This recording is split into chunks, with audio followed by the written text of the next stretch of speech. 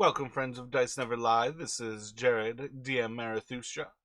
As always, it is a pleasure to have you returning to the channel. Today, we have an update for the Twin Star Marauders as we enter into a stakeout situation, searching down the criminal Rullus Hobbs. This is a continuation of the Tollus campaign, The City by the Spire, and we'll still be continuing on for this a little bit before we start mid-April, a delve into a homebrew world. If anybody would like to check that out, please search out Dice Never Lie on Discord, or check out any of the other options on getting a hold of us here at YouTube and whatnot. Otherwise, everybody be well and enjoy this session of the Twin Star Marauders, delving into Tollus. Everybody just kind of laying low and preparing for what is effectively, we're kind of acting on, I believe, still a Tuesday. Basically looking for that late night Tuesday where you would go to the same location, trying to figure out whether or what the general goal of this was. So I think Delton would have, aside from kind of preparing for this stakeout, he might have spent some time trying to, um, somewhat surreptitiously, trying to see if he can learn more information about the dragon pistol, like maybe like going to the Delver headquarters, like through the library, because he's curious about essentially learning more about how he might use it or how he might unload it or sell it, but he doesn't want to, knowing it's kind of a restricted item.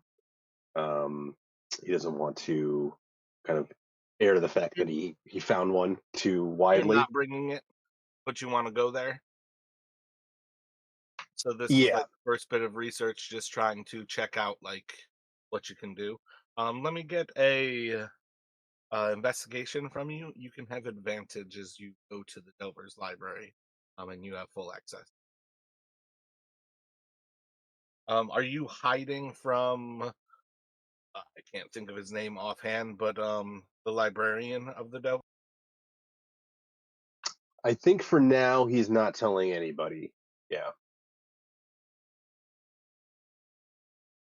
So that would be a 17 with the jack of all trades bonus. Gotcha. And is that like your first roll? Was that with advantage? Was it different if you didn't have advantage?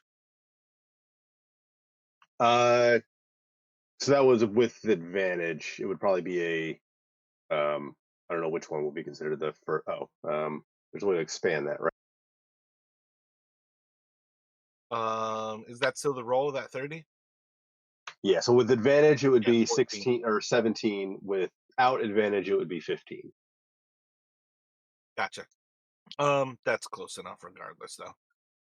I would say that you can basically find out that as far as things go, you can indeed buy shots for basically it is a gold and a half. It is 15 silver or 1.5 gold every time you fire that gun. So that alone is part of what is going to be the expense of owning such a thing. It is not cheap to expend the ammunition, but you can acquire it.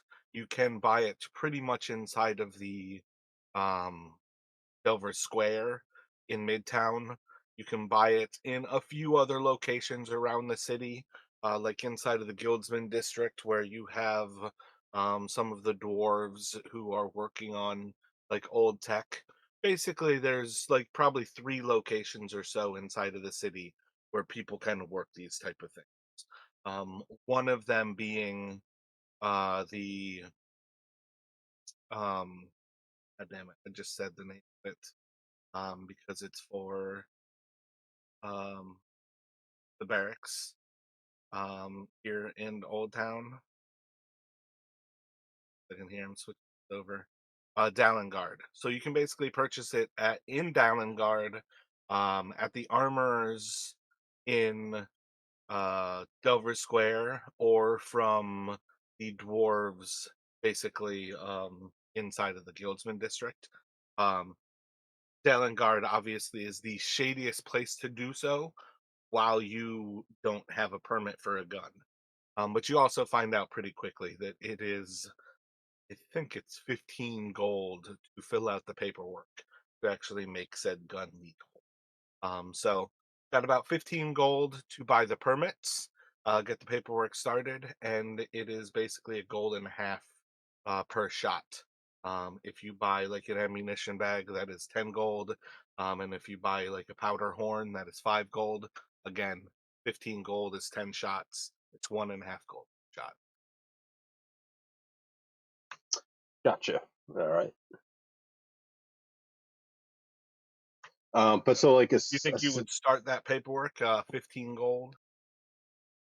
yeah, I was gonna ask. Like, so aside from the gold for the permit, there's not like at least as far as he knows, not other sort of like restrictions on who can buy a permit. It's just a Citizens, but you're already a citizen. I think Malchin is the only person who's like a citizen, but it's kind of like fudged paperwork.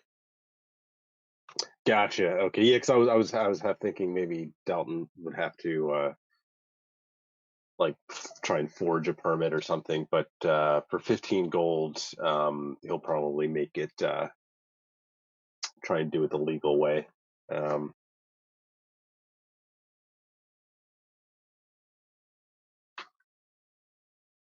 yeah, so I think he would go ahead and yeah start that. Gotcha. Yep. So dock off 15 gold. I can send you the actual paperwork if you want to see what it is. But a lot like getting your like citizenship, the paperwork is far more like if we had an in-person game, it's cool to hand it to you. But when it's like a digital resource, I don't know if it's cool. Um, But yeah, that's something technically I could send all of you guys the like citizenship paperwork if you ever wanted that. Um, I've got a lot of that stuff, but it's part of those things where it kind of feels like,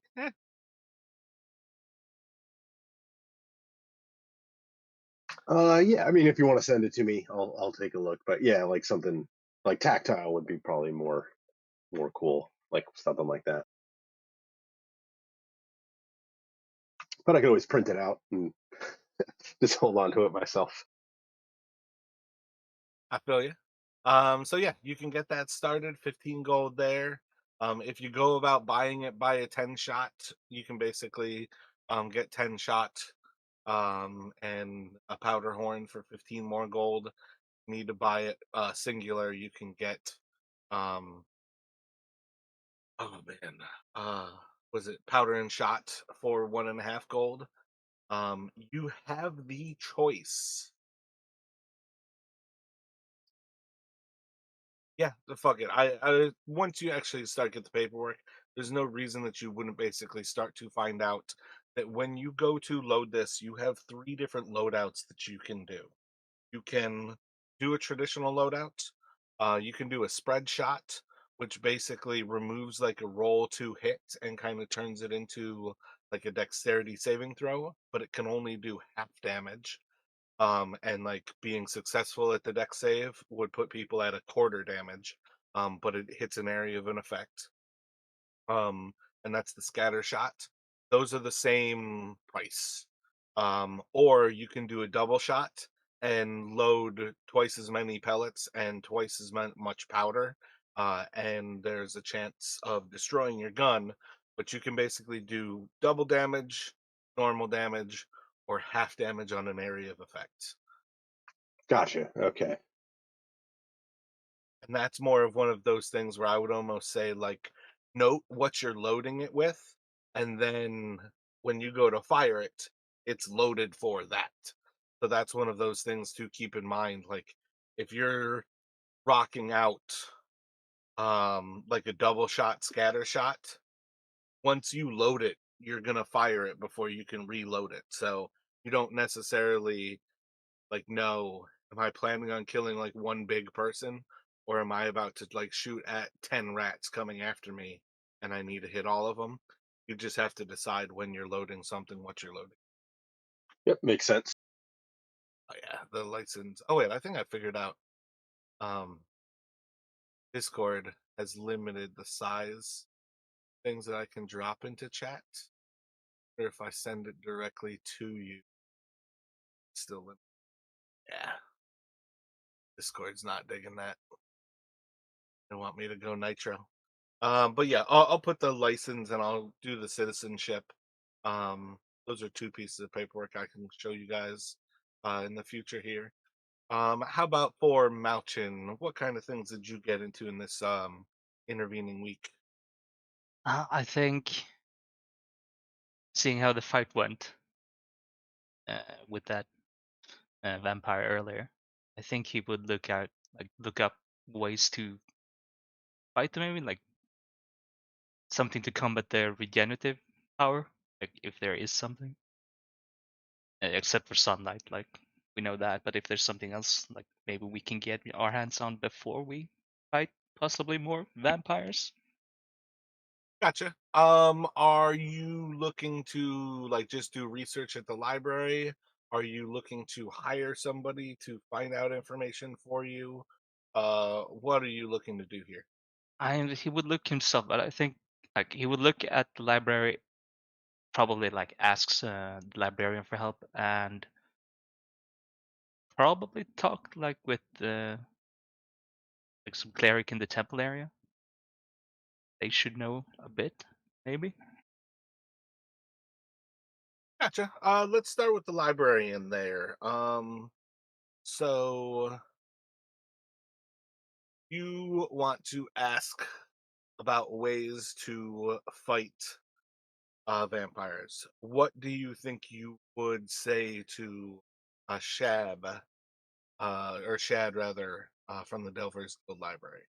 Uh, how do you think you broach that subject?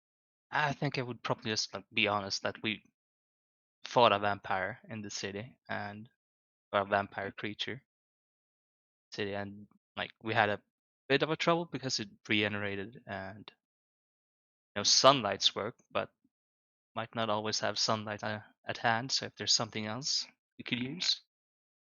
Well, that's quite astonishing. You were searching after Dalphinius and Rullus Hobbs has come across them.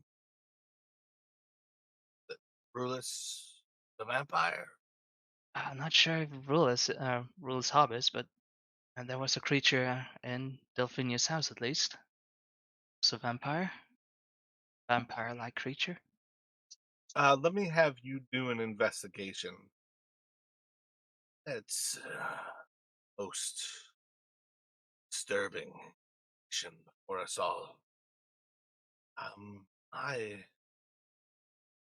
believe good. And what's the total there after that 15? That is a total of 15. Gotcha.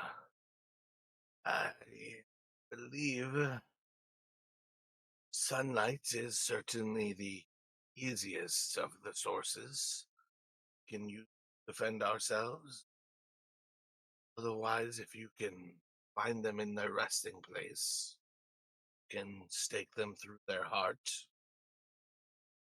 and running water are all effective or most effective. I don't think there's anything that is effective. Let me see. Yeah, I think that's what he'll leave that as. Does that satisfy your question of inquiry, or do you still want to find a priest to? I think I would still find a priest to speak to, but I would probably be a bit more candid, like just with the undead creatures, like in the crypt area. What's it called? Like in the damn, I'm blanking on it. Like the actual area of the city, the necropolis. Yeah, thank you. That like with the undead creatures, like there, just try to broach the subject. Like if I'm ever gonna be there and fighting, and like if they have any advice for undead creatures, how to battle them. The more broad question, I guess. Not trying to mention that we fought a vampire in the city. Are you going for a priest that you know, or do you want to go to a priest that you don't know? You going to somebody who's a Lothanite? What kind of thoughts do you have there? I think I would go for that priest we met after the uh when that undead creature on the boat. Gotcha. What is that, brother? Eber, Embersov. If Malchin is going to see Brother Abrasov, do you think we have? Oh God, what was that? Would that be? I don't think that was Jinx at the time. Would that be Seraph?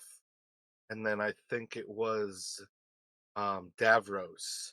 Do you think Davros and Seraph would go with Malchin, Brother Ambersov?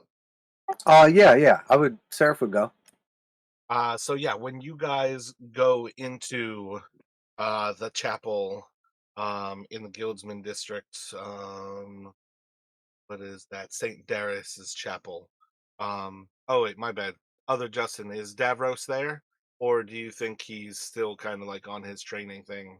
And would Dalton go? Because he technically also knows Brother Ambersov. All right, maybe we don't have Justin right. So yeah, when you guys get there, Were you talking to me, Justin, or the other Justin? no, other Justin.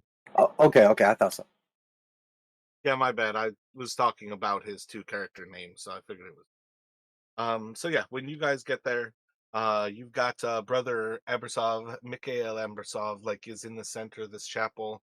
I don't think I have the map set up here, but again, this is one of those things where like the actual seating is kind of the entryway of the chapel. It has like the blocked off like three kind of partitions behind like fabric kind of separations to the north, east, and west, and you basically see him at this center little dais, kind of like reading and kind of chanting. You can hear more chanting kind of coming from the forward section of the church, the northern partition that is separated off. And you can hear, yeah, that probably satisfies it. But as you guys walk into the chapel, it doesn't, oh, I do have it set here. It doesn't take too long for Ambersov to kind of like spin to and kind of like turn around to call him. Ah, welcome, friends. It's a pleasure that you've returned. Oh, it looks like it was Jinx. Hey, sorry, my Bluetooth cut out a little after Malshin mentioned going to the temple. Did I miss anything? I was just trying to see if you thought Dalton or Davros would go with them, knowing that Malchin wants to go see Brother Ambersov. I feel like Davros is probably still busy with his training, but Dalton, I think, would have gone. Yeah. So yeah, when you guys walk in, again, you see Abrasov is at the central dais, kind of chanting, facing towards the north, as like the footsteps of you all kind of like clippity cloppity coming into the chapel. He kind of stops the chant. You hear the chant continue from behind those curtains to the north. But after a moment, he greets you all with kind of a welcome. And what kind of thoughts do you all have? Alchin, what were you thinking about asking? What are you guys going to? Yeah, Malchin would just like first like give off a greeting back, and then like uh we just I've been a bit concerned about undead creatures and possibly having to fight them, and wanted to ask someone who might know and how to combat undead efficiently. And you were the first one I could think of. You've done a great service. Your city Lothian, I can give you a few vestments of holy water. It's one of the few things that is quite effective against the dead. Continue walk. I kind of like looks over the three of you. Would otherwise suggest that if you can find a holy warrior to travel with us, those who are blessed by their faith are the safest. Cannot find them. Perhaps you can find a way to give more of yourself to. And he kind of like raises a hand and like, I understand you all live your lives, but if you pass the choices you make, would it not have been wiser? Give your life now, and he like places his hand against his heart, to give your life now to Lothian and embrace fanaticism, service, in order that you may bring the holy will of God down upon these creatures. And as he kind of like leaves it there, he's going to step into like the back area off to the left, off into the west kind of wing of this chapel. And he'll kind of like be like kind of moving things around. You hear like a little bit of like, "Grr, grr," and then like comes out of like behind the uh shades and kind of comes out, and I'll give you guys 3 vials of holy water from Brother Mikhail. So as he's coming out with those, Dalton's gonna kind of maybe like nudge Malchin and whisper, I think I think a donation might be in order. He's giving us that. Jake's gonna just look back at him, kind of confused, and ask, "Now, are you supposed to drink that, or what do we do with them?" I um, you don't need to drink holy water. It may serve a purpose. We're somehow inhabited by some vile creature of the depths. Um, but you should be able to use these against the corpse of the dead to break, to sanctify the corpse and break the spell which animates them. Okay, so basically just splash it on him? It is best if you perform a ritual to sanctify the dead, but splashing it on them would work, yes. I'm gonna like reach down into my like little pouch, and it'll be pretty clear. Like you can tell when somebody's got like a bunch of scratch. And this is the exact opposite. I'm like digging deep. I'm scraping cloth down here, but I'm gonna give him a couple silver. He like looks at the like meager amount of coins that you've just handed him. Roll an insight check. You notice as you like hand these over to him, he's like looking at this, and you don't necessarily need to know the spell component, but there is 25 gold in silver simply to make this like vial of holy water. So this is like across his face, like the like 2 or 3 silver that you've just handed him represents nothing of what he's just handed you guys. And he's not like, besides like physically kind of showing it, he's not saying anything. Like he gave them to you guys. But definitely Jinx like kind of hands this over, and you just see on his face like, But Did you understand what's going on here? when I like notice he's like giving me kind of like the stank eye, and I'll be like a little defensive because I know I'm poor. I understand it. I get that.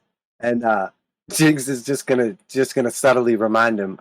I mean, we did turn in that artifact too, so I mean, And that was precisely why I was hoping to help you in return. And he's just gonna kind of like move the silver back into your hand and just like clutching your fingers around it. He'll have both of his hands around your hand. We help the poor regularly. We would help you in need as well. When you are in need. And he pats your hand like 3 times. Jigs is like still embarrassed, but he gets it. You need this more than I do. Thing going on here. So yeah, that's cool. I appreciate it. Are we just each taking one of these then? Yeah, each of you can have a vial of holy water. Any other thoughts at present? What are you guys thinking? Can we get any kind of update if they've like been able to like tell anything further about that? How do you want to ask? Just out of curiosity, not keeping tabs or anything, but have you guys made any progress to figuring out what that artifact was or purpose it served or anything? I have been removed from the research. It's being taken care of within the Sisterhood of Silence. From what the eunuchs have told me, it is a sort of the old tech of the Gauchot, and a charging device sorts used to power other of their technologies. It's a quite dangerous artifact. I understand that it requires other pieces nearby to prevent the charge getting out of control. It was likely good that you all turned it over. It's very similar to carrying an extremely powerful explosive device that may go off at any time. I mean, I can't speak for all of us, but I'm definitely glad that we turned it over since I pretty much almost got everyone killed like a couple weeks ago and lost all my stuff. So better in your hands than in ours. Indeed. It's also would appear to have properties that prevent you from dying. So if you had got everybody killed, you could have turned them into your slaves. They could have lived as undead creatures, owing you servitude. But had you killed yourself, you also would have been bound to the device in perpetuity. Yeah, that So all not sounds bad. terrible. That all. Gives you a solid understanding that perhaps the person you fought had basically been consumed by this thing. Basically, to find out, like, part of what it does is if you die next to it, it consumes your soul, kind of thing. So do we get any like kind of insight then from all that about what exactly we kind of like interrupted, like the ritual or whatever? You guys didn't really find any other chaos tech on that boat, so he was either charging it to explode it, like um a bomb. Otherwise, he was charging it to charge other pieces of chaos tech.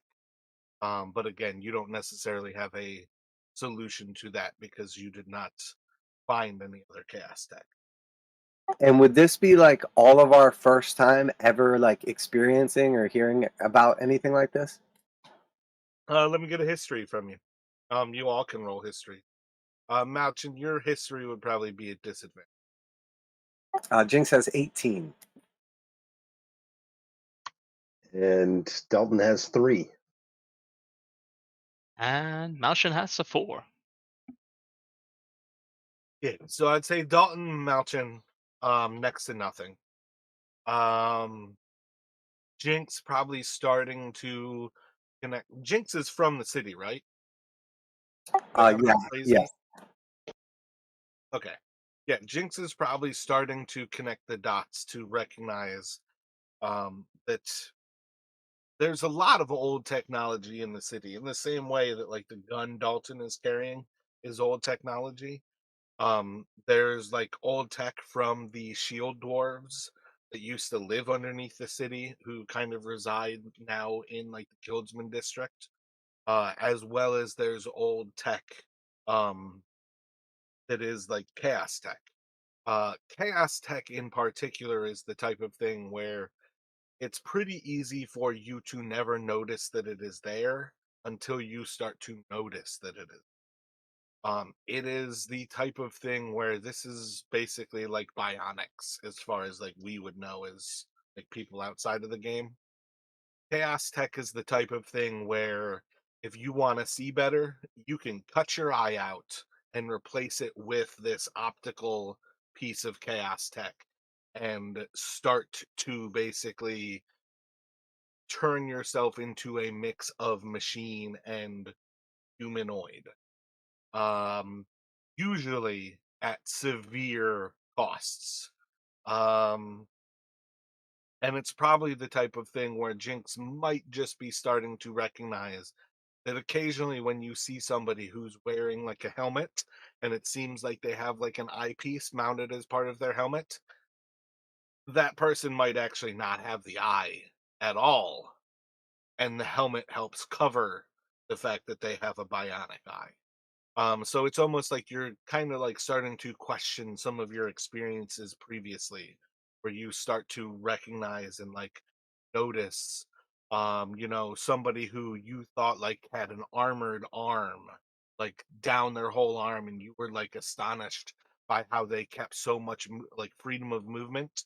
You almost recognize in hindsight that like maybe that entire arm was actually a part of this chaos tech, and part of why it operated so seamlessly was the actual kind of like mystical demonic kind of background to it.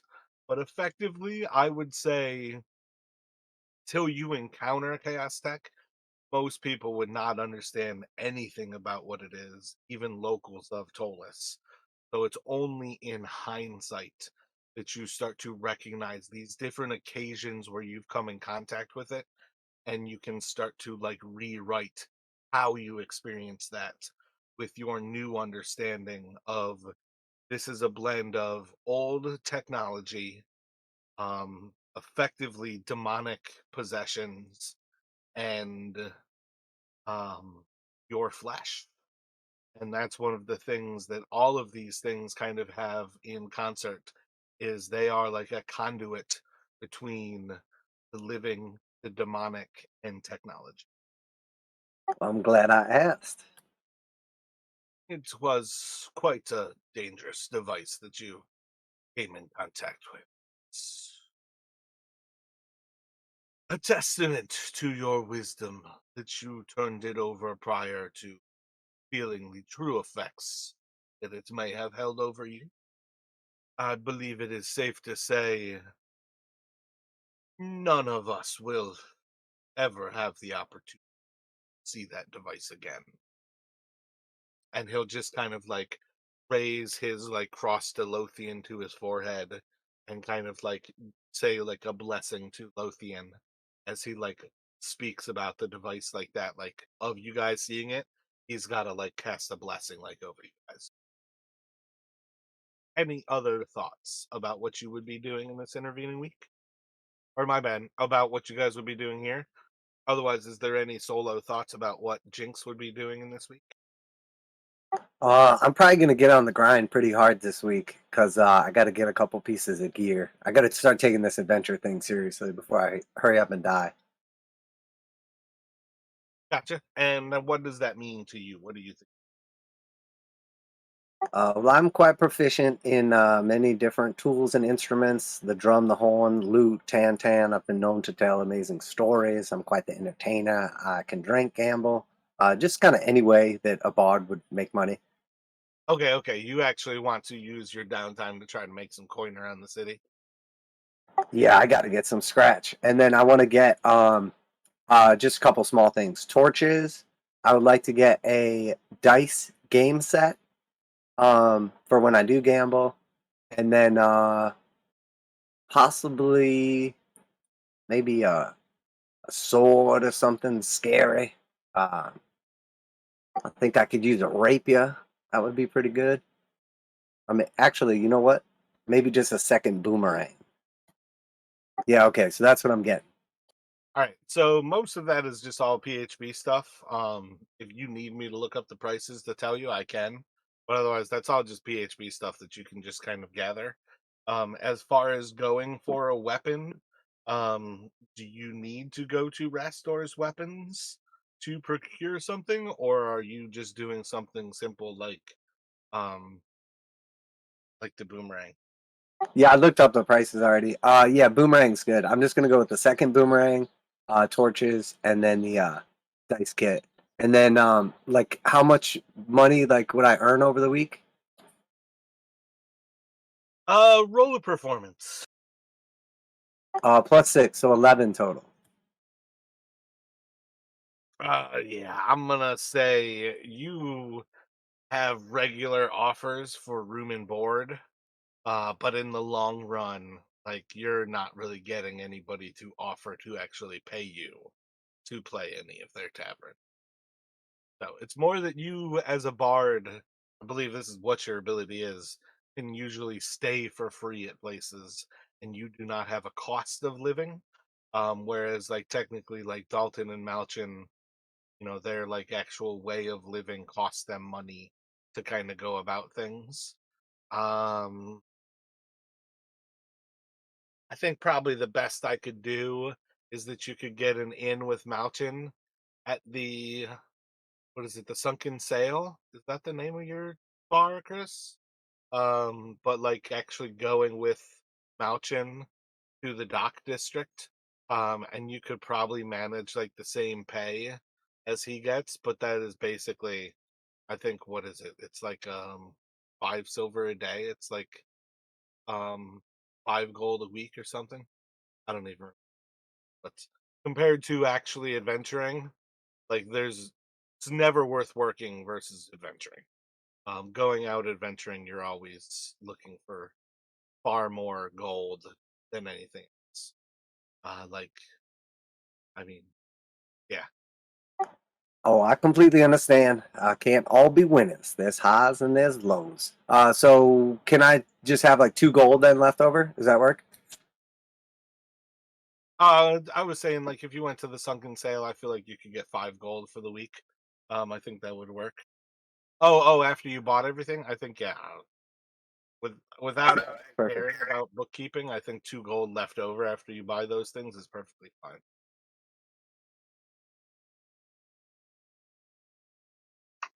And speaking of gold, Malchin, do you think we would have sold the? I feel like we got that. We got some armor that was probably worth a decent amount that we ended up bringing out with. This might have been a while ago. Did we ever end up selling that? Oh, right. I forgot about that. Wesley, yeah, he took that. What was it, breastplate? Yeah, he took the breastplate from those guys we fought down in the rat maze. From the priestess. Yeah, and I think he would have taken the time to sell it and like try to like divvy up the money. And then what is it? Did Seraph take the mace? Yeah, he got that +1 mace. Gotcha. So that mace was a magical weapon. Oh, we could sell that off. I really don't care. I mean, it's not like he's like a big melee fighter or anything. No, but that's one of those things where, like, I feel like the mace was the big find there, and then the gun was the other thing. Like, those two things are basically 500 gold apiece. It's just one of those things where like that's part of if you're playing two different characters. Like Jinx is poorer right now because you like randomly have this mace doing nothing on Seraph. But it doesn't mean that you can't have those two like friendly enough that you can share gold between them. Just like recognize like your choices, kind of. Oh no, I don't think Jinx can be trusted. So I feel like that works for Seraph as well. Um, but yeah,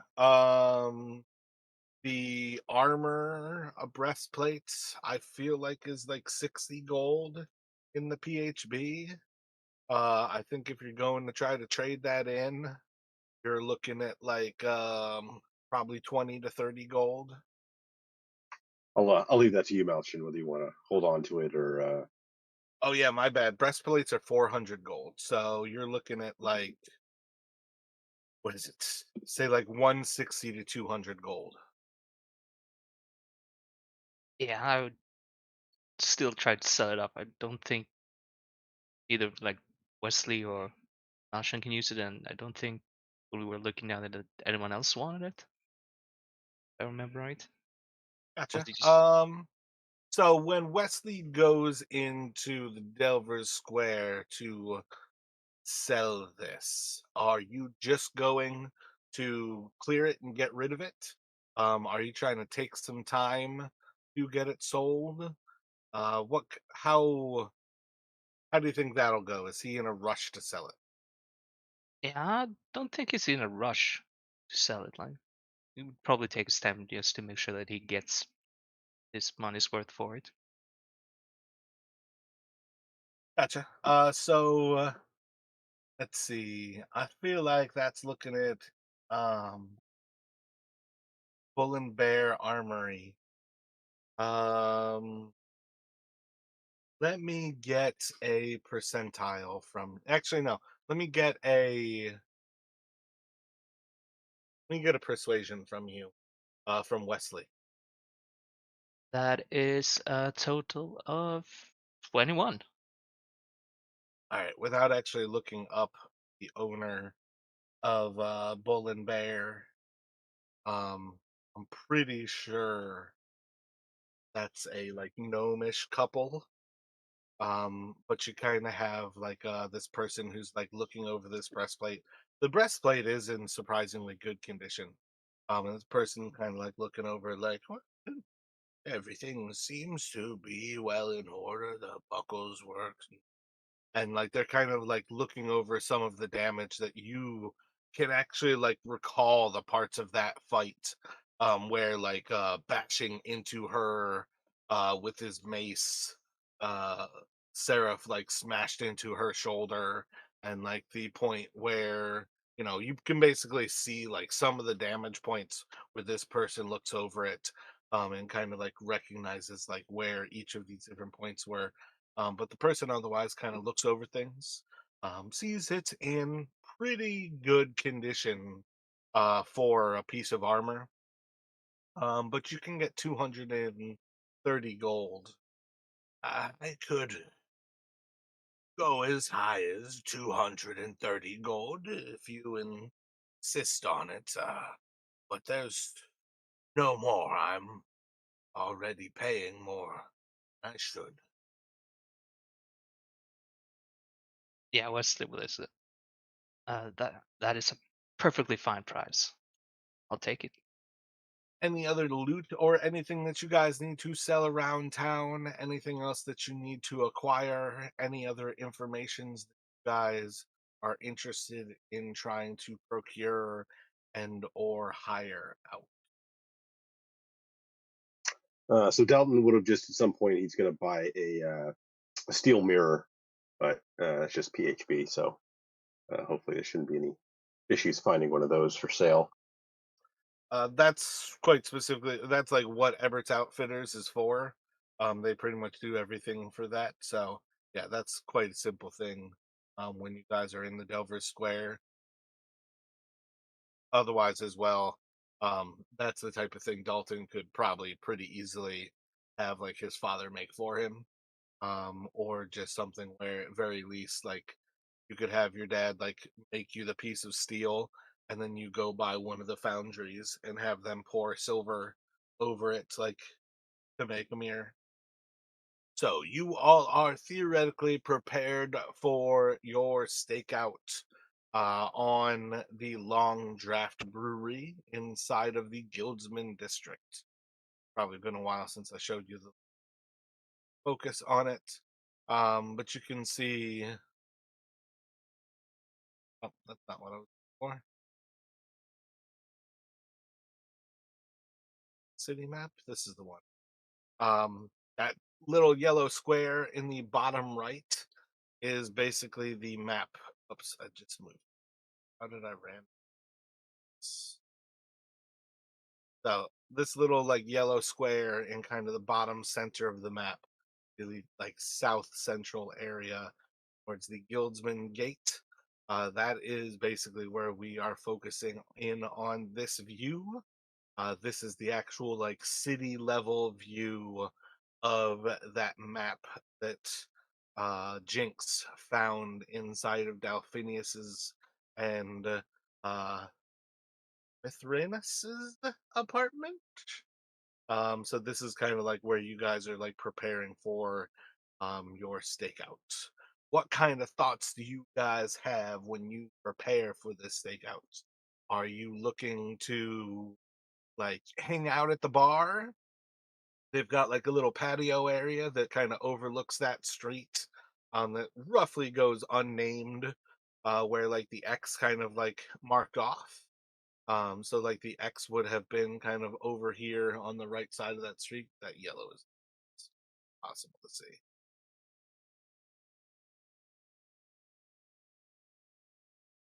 Orange is no easy. It's almost as if it's just too thin. Uh,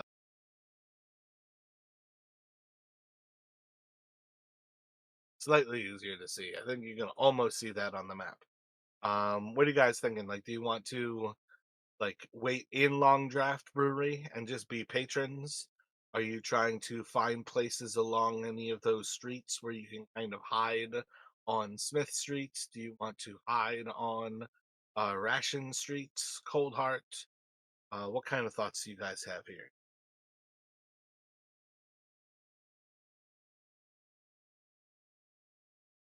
So Delton is thinking, it's possible if Delphinius was scoping this place out that he may have gone in at some point and done some questioning or asking questions, and so he thinks it might be worth sort of going inside, maybe kind of posing as patrons or just actually being patrons and maybe asking around. Dalton will probably, given we have a little bit of time to prepare for this stakeout, is going to spend some time essentially disguising himself. He has a disguise kit, so I think he can essentially kind of, change his hair and stuff like that. Just so that if he goes inside, people see him around. Maybe they won't, and then if he's in his normal getup later, so he figures he'll just disguise himself a bit. But he would suggest, going in and maybe kind of getting a lay of the place.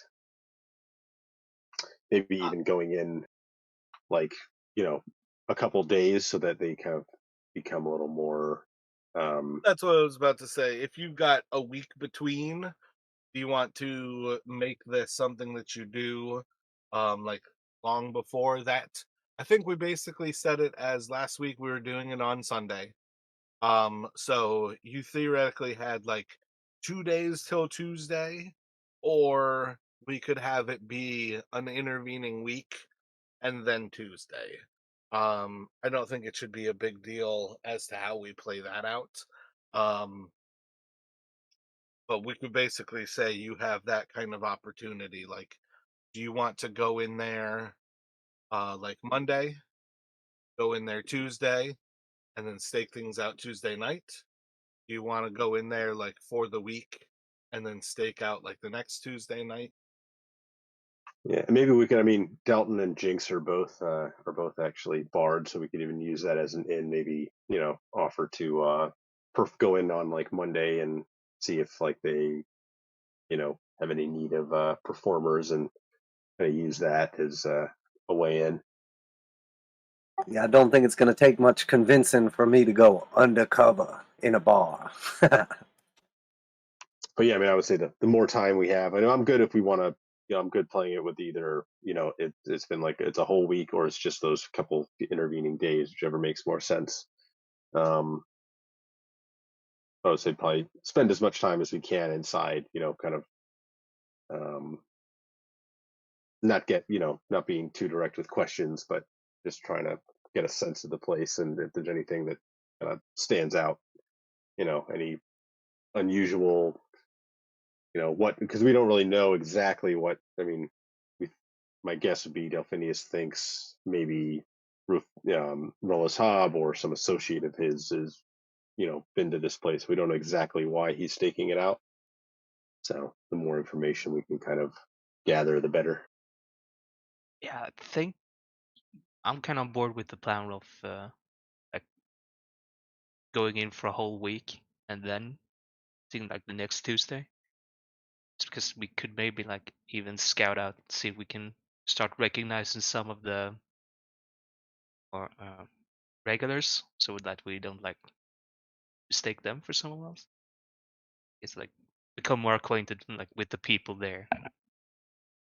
They're usually there. You can see the people that do stand out. Yeah, that worked for me. Yeah, I mean, I think we would probably just kind of feel it out, hang out there, and just kind of get to know people, keep an eye out on any goings on, see if we can find any kind of like suspicious activity. Alrighty. So, yeah, we can definitely set you guys up with, on that Monday. What time do you think you're going in? What time do you think you guys are planning on meeting here on Monday? Late in the afternoon, doing evening time, we're doing late in the night, after dark.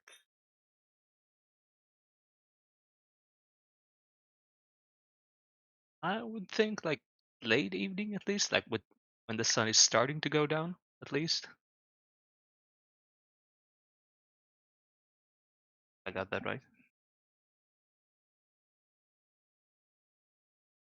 Yeah, so maybe like around dusk. Gotcha. So meeting up around dusk, and everybody heads over to the long draft. Let me get a initiative from you all to see who arrives first. 22 for Jinx. Yeah, 13 for Mashan. Looks like Dalton will be the latecomer. He's got a 6. Gotcha. So, Jinx, when you arrive to the tavern, you can kind of head up. So this is effectively the like west side of the brew house. Um, you know that it is much larger than this, but that basically like side street, off of South Ration is basically long drafts, and it butts up against some houses off on the other side of the street, but more or less like it serves kind of towards to like walk towards their like public entryway, where there is some outside seating. You can see that there's 3 tables out there. Heading into the tavern itself, you can see a long bar ahead of you. They've got a few different like skulls of different beasts, and basically like the actual drafts are all set up where like these like heads are mounted to large wooden barrels that kind of like sit just off of like this image. But it's basically like they pull a lever, and the creature like kind of spouts out like the different ales. So you've got like the like a boar's tusk, a bear's head,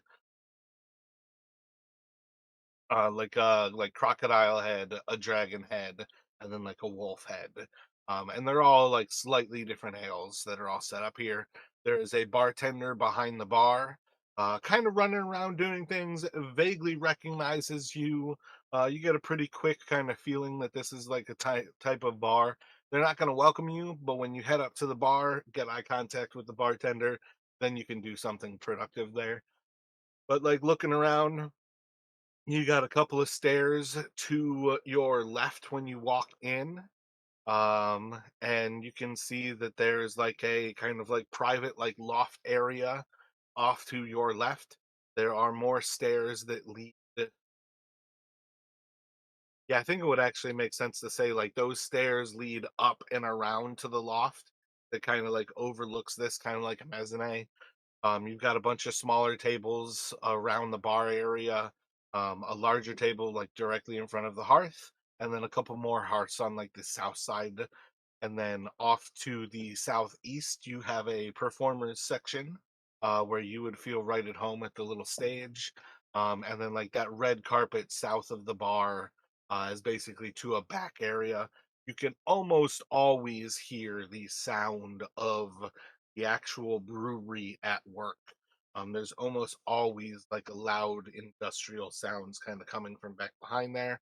About 2/3 of this building is that kind of like off area where they're actually like brewing the different beers. This front area is simply for the actual bar, kind of pushing the long draft bitter ales. But as you walk in, place probably has about 10 or 15 guests scattered throughout the tavern. There's probably like 3 or 4 people sitting out on the patio. There's probably about 6 or 8 people inside. You're roughly looking at about like a third of the capacity. That's probably way too few to say that at present. So maybe like 15 or 20 people are here at present. But the bartender kind of like looks up, goes right back to what they're doing. What would you like to do as you walk into the place and again see about a third capacity going on right now? Oh, I will, of course, get a drink and begin to mingle. Try to secure a nice little area. I'm gonna look for one of like the spots in the middle of shit. Like I wanna be kind of in the heart of everything going on, so I can just kind of be like listening in, and I'm like that awkward guy who jumps into your conversation from a table over, maybe that you don't even want to talk to.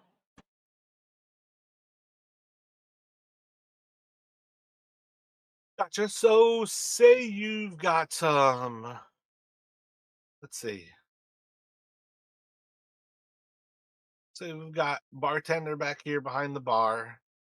There's probably like 4 or 5 people over here at this table.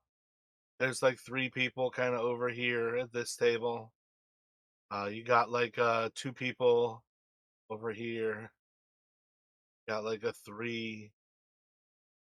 So I feel like that kind of gives a little bit of like the kind of fill of the tavern as you walk in, and gives you a little bit of an impression. Like most of the like 6 tops are already taken up.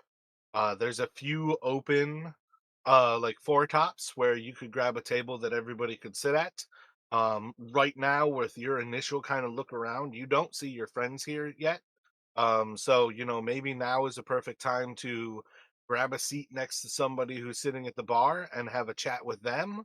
Or you could like pop into one of the open 4 tops and simply kind of like start to open your ears up to the conversation around you.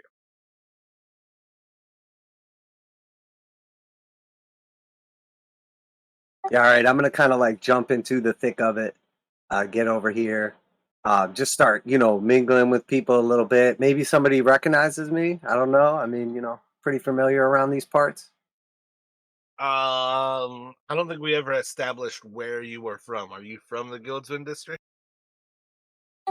It was like the little like poverty part in the bottom right hand corner.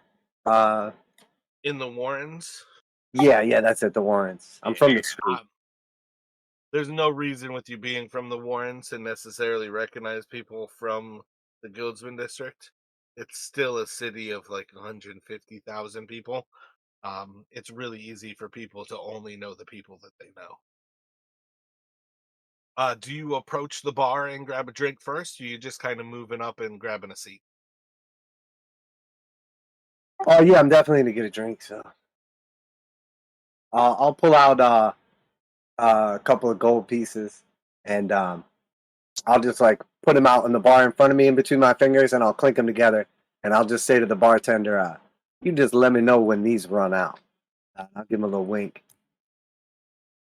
Uh, so he like looks to the golder.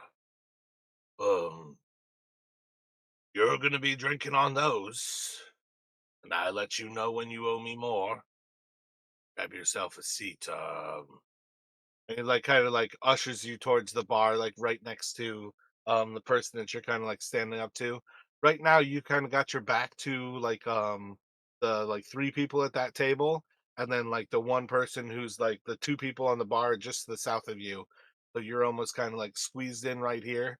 Bartender is just like this older guy who's like kind of partially bald, probably about like mid like 40s or 50s, mostly gray beard, a lot of scruff. And there's a few like kind of patchy areas where it's growing a little bit longer, but he's still kind of like looking over these two coins, and just trying to like sit you down a little bit closer to him at the bar.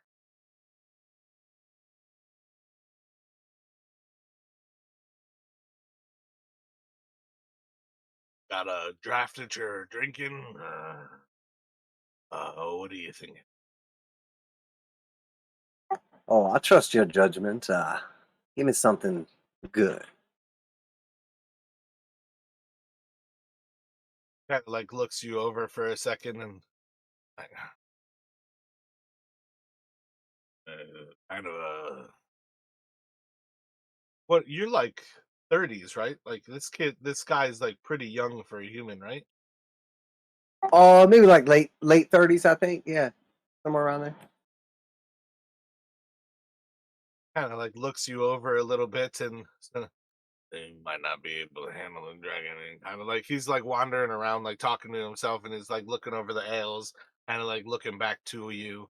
And he'll eventually kind of go down towards the like boar's tusk, which is like the smallest of the heads there. And he'll kind of like pull it and he'll like start to like draft out like this beautiful kind of like golden, like yellow ale. And you see as it kind of like froths up to the top of this pint glass, he'll like cut the top and the head off and kind of come back to you, and he'll like set it down for you, and it's a little bit of the long drive boar and enjoy yourself.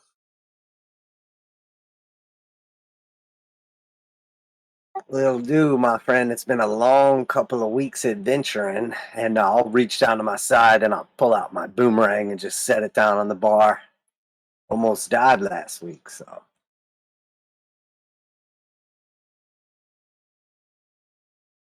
Been a Delver for long, and like he's like already starting to say it until he sees the boomerang, and he's just like,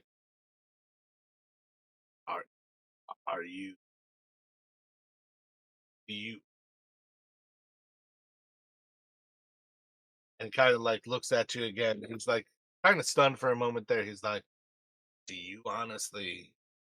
You're coming in here telling me that you're a Delver and you carry a little stick?" You're asking me, am I a Delver? I mean, are you not familiar with Jinx, the legendary Delver of late? Of late, is in like about to be dead. I know Well, I you almost just died, just so it's kind of. Here's the thing, okay? It's not just a stick. May I? And I'm gonna hold the boomerang up and see if he'll let me throw it. he's gonna everybody. Well, we're about to be presented by a very dangerous show of his tenacity and his skills as a delver. Everybody be worried, drop your heads, and take caution. He's about to throw his stick. And this is a skilled delver by the name of Jack. It's Jinx, of course, Jinx, one and only Jinx.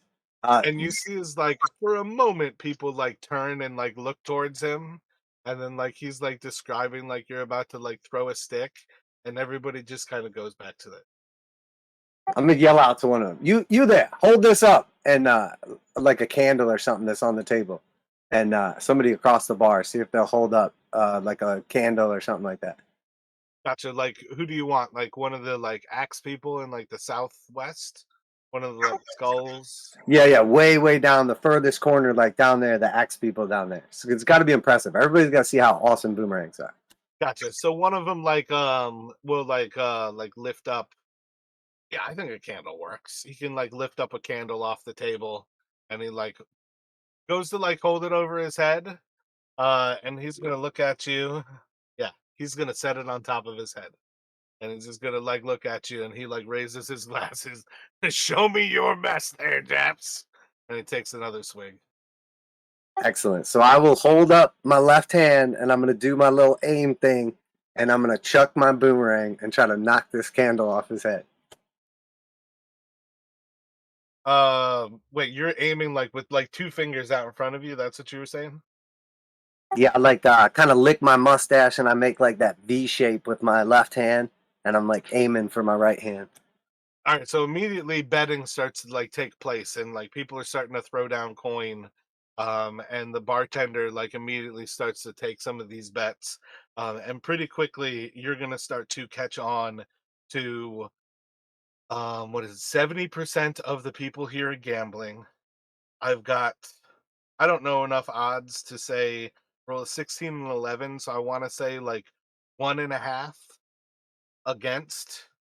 So I feel like, you know, that's like what, like 50% odds. Like if somebody bets 50 gold, they'll get 75 back if you hit the guy. Um, if somebody bets 50 gold that you don't, um, they'll get 150 back. I feel like I'm doing that wrong. But you're basically like coming to the recognition like they're already betting on the fact that you're about to hit this guy in the face. Put me down for 10 gold, clean. And I'm gonna like whoever was like taking bets or whatever, I'm gonna give him like the finger gun, like wink, like I'm good for it. Now, don't go hitting him on purpose just because you're trying to make the gold, but I got you. Oh no, I'm betting on not hitting him though, for sure. Okay. Alright, so I'm doing it. I'm going for the candle. My bet's on just hitting the candle, not him. Oh, let's see this show. +5 for a dirty 20. Gotcha. So you like huck this boomerang out and it like spins right over the candle, and there's just like this little bit of like a ding where the candle like almost kind of like moves on his head, but otherwise it like cleanly just puts out the flame, and you catch it back into your hand. You got a nice little roar of the people who were betting for you to succeed. I think you can take 30 gold away from that. I think that's what I said for the odds. I don't really know. I don't know enough about gambling. I feel like 15 gold is what I meant, but you can take 30 gold away from that as the like underdog there. You get a like nice little show, and they're like, oh, wow, you're accurate enough with it, but I still don't understand how you survived, Delvin. But that's a nice little trick. You normally just like trick things into dying themselves, or I've got quite a few tricks up my sleeve. This is just the flashy one to get started with, but look, I appreciate you making this possible.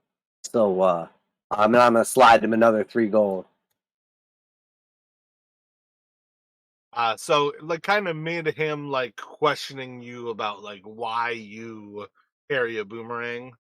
You can certainly slide him the extra coin. But that's around when Malchin's going to arrive as well, and you'll basically like coming into this scene are going to see like the people outside on the patio are kind of like moved in towards the door, recognizing that something about like all of this cheering going on inside, that like they missed out on something. You'll see like the bartender is like raking in cash from some people and handing out cash to other people. You'll see among them is basically um, at the center of it, Jinx is like taking in a bunch of coins, as they like kind of pass them out, and seems to be the center of like this pile of people. But what kind of thoughts do you have as you walk into that mountain? I probably look at a bit confused, but just recognizing Yingzi would go to him and just, I see you're making yourself popular. Oh, you could say that again. Never a dull moment. Have a beer, brother. Try one of these. And I'll like go to hand him my beer and realize it's pretty empty, and then I'll just get a couple more. Oh, well, won't say no to free beer. Nice crowd in here today. My kind of people. Drinking, gambling, all kinds of good stuff. Yeah, scoot on down. We got one more coming. We'll try to like kind of clear a little spot for everybody. So you can still sit at the bar. Technically, the mimic characters are like sitting at that table down there. So you can join him at the bar.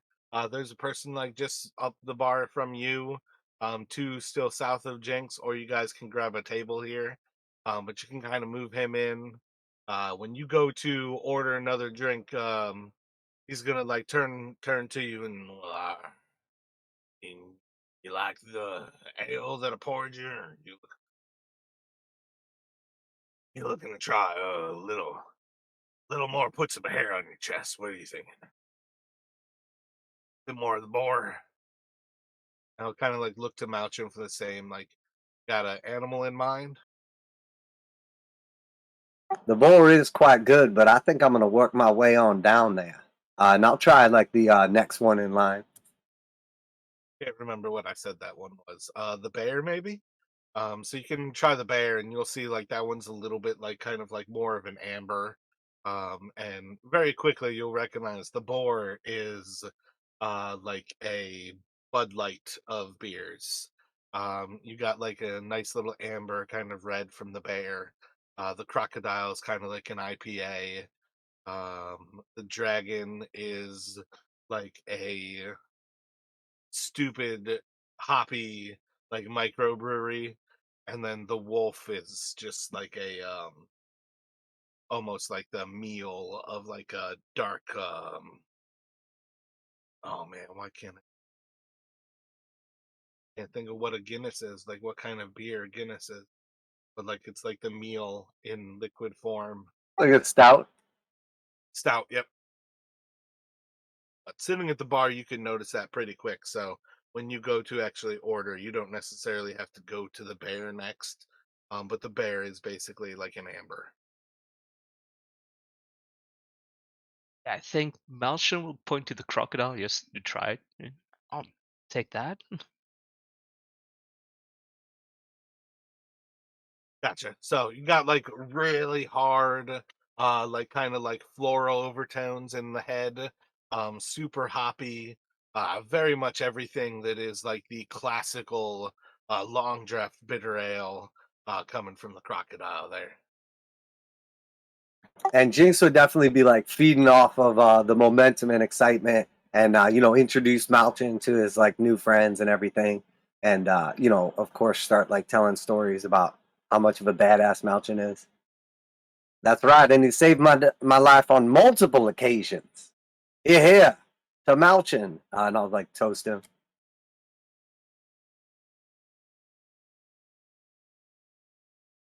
Gotcha. So you've got some attention of the different people around the bar.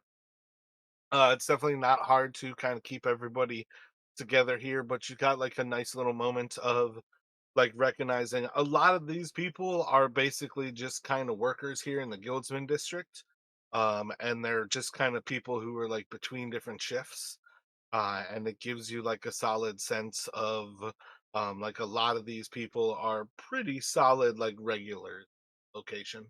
And it's just a question of like, you know, what their day to day is going on. um, but otherwise, like feeling out things right now, you guys kind of have like a vaguely like they're returning to their conversations just as fast as they'll kind of like pay attention to like a toast that's kind of being like yelled over the din. But otherwise, it's just kind of like middle of the day drinking right now. for people who are kind of like, oh wait, no, you guys came in later. So we're saying like later in the day drinking for people who've wrapped up their day shift. But theoretically, that's where we can have not Jinx, go for Dalton, stepping into the location. Oh, I never rolled for her. Said she was gonna stick with you guys. I rolled a 1, so she'll be last here. So Dalton, you kind of like come in here as you were talking about disguising yourself and coming to check out this place, and you're walking into the tavern as you basically have Jinx like standing up on top of the bar with like one leg on the bar, one leg on his bar stool.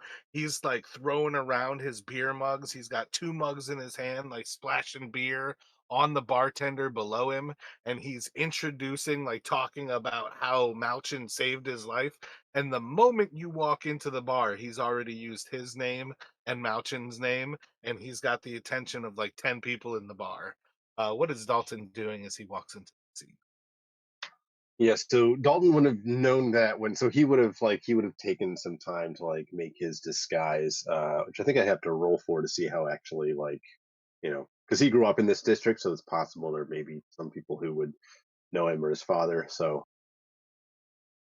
Gotcha. And yeah, I've had you drinking here with Brifford in the past too, so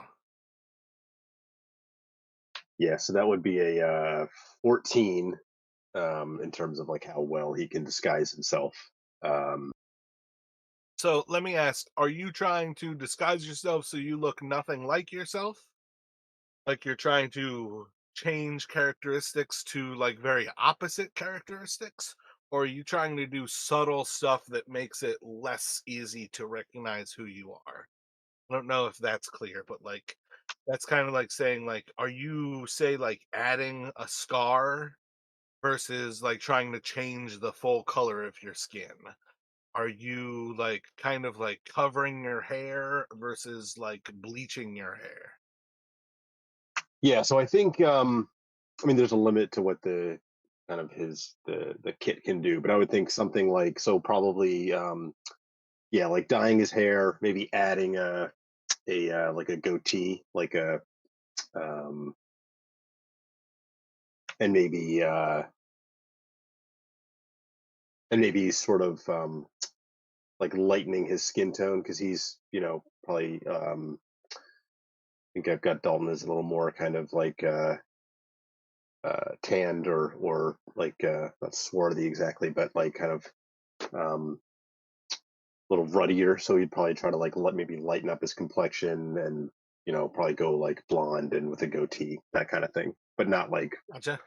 So maybe like you dye your hair today, you gave yourself like a little bit of a haircut and you use some of that like extra hair to like make a goatee that you could like put on, but basically like give yourself a nice little like quick kind of change. So you can like hold up this persona over like the next week. Yeah, that kind of thing. Yeah, so I feel like that's the type of thing like I don't know like when people discovered like bleach as a way to like dye your hair, but I feel like industrial chemicals in the Guildsman district are not hard to find. So I don't think finding a way to like peroxide your hair is crazy. I think doing like a quick little goatee and basically having like a little bit of, maybe like grabbing um some things like, well, obviously you've got the kit anyways, but making like kind of like a little skin tone change for yourself. Pretty successful roll there as far as things go. Let me also get a perception check from you as you roll, or if you would rather as you come in.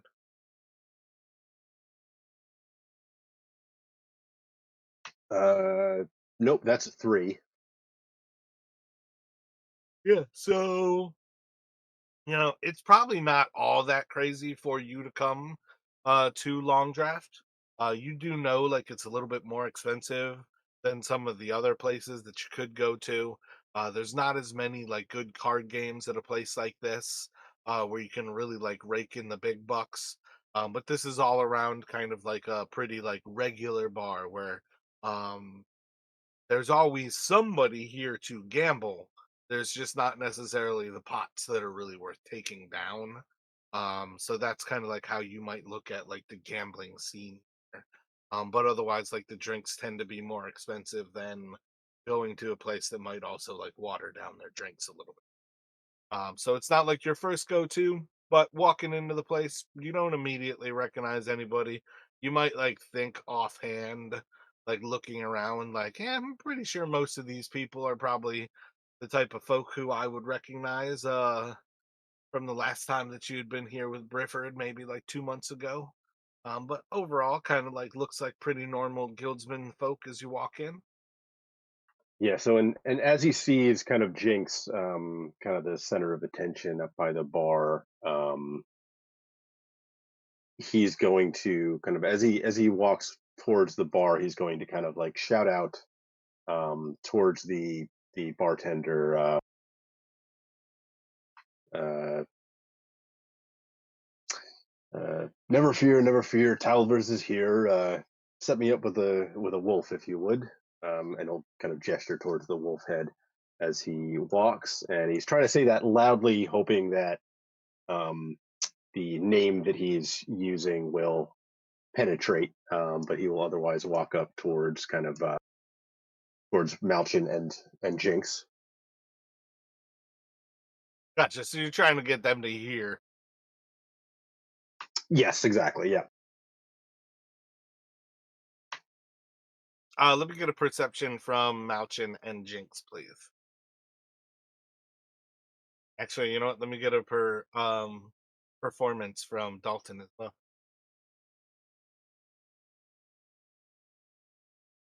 Never mind. Both of them rolled high enough. It's you can't really fuck that up. So all around, you get your introduction in. Theoretically, guys, you recognize Dalton is trying to say, "Do not use his name. He is Talvers." While you guys are here in this bar, I think you guys probably have a pretty solid sense that he grew up probably about like I think a 5 minute walk from where you guys are.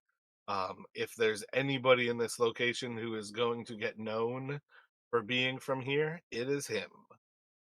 So kind of like keep that in mind that while trying to lay low. Yeah, like I think we've basically said his family is from. Oh, that's not a kind of like that triangle area. So we're looking at a pretty small location in the Guildsman district for these two locations, and this is a major location.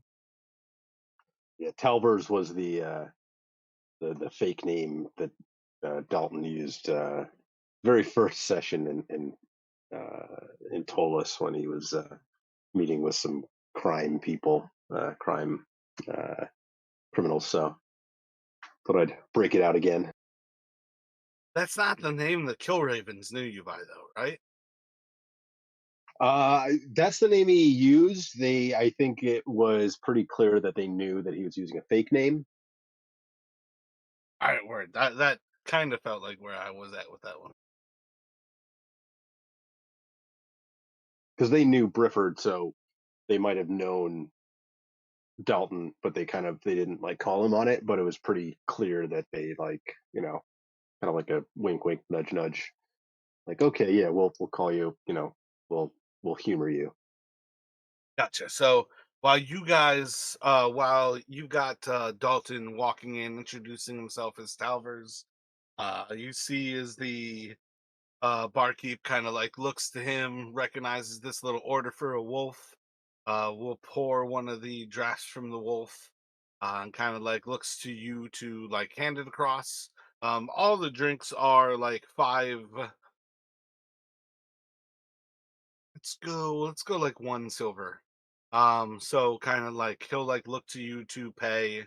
Kind of the same idea with Mountain, like until it's like supremely recognized that you're like drinking on Jinx's tab, like he'll kind of like look to you to pay, like recognizing that you're not just a local, and he'll kind of look to Talvers like with that kind of like same like look for coin as you approach the bar there. Oh, Jinx will like interrupt. He'll like jump forward and like put his hand in front and say, "No, no, no! I insist. He's on mine. Please, please, Talvis." Well, now, what kind of bard would I be if I turned down a free drink? Much obliged. Of course, my friend. Of course, and I'll like introduce him to the bartender. Whether or not he like knows him from the past, I'm not sure. And I think my kind of goal over however we're gonna do this over like, the next couple days or whatever, just kind of hanging out here and kind of getting down, is to basically just like grease up the bartender. Make sure he's gonna be like the regular guy here over the next couple days. Get to know him, get friendly with him, keep just giving him fat tips, you know what I mean? So yeah, like as you kind of like reach across and like kind of stop him and like go to introduce Talvers to him, he's gonna like look over at you and he's like, Ephraim, uh, yeah, you were gonna introduce me, but you never asked my name. It's Ephraim. Pleasure to meet you, Talvers. And he'll hand the ale over to you. And then he'll like kind of look into he's gonna like pour a little glass for himself and just kind of like raises his ale and once again to Japs and he'll kind of like raise his ale up and then he'll like look to Malchin as well and he's like he doesn't like you then.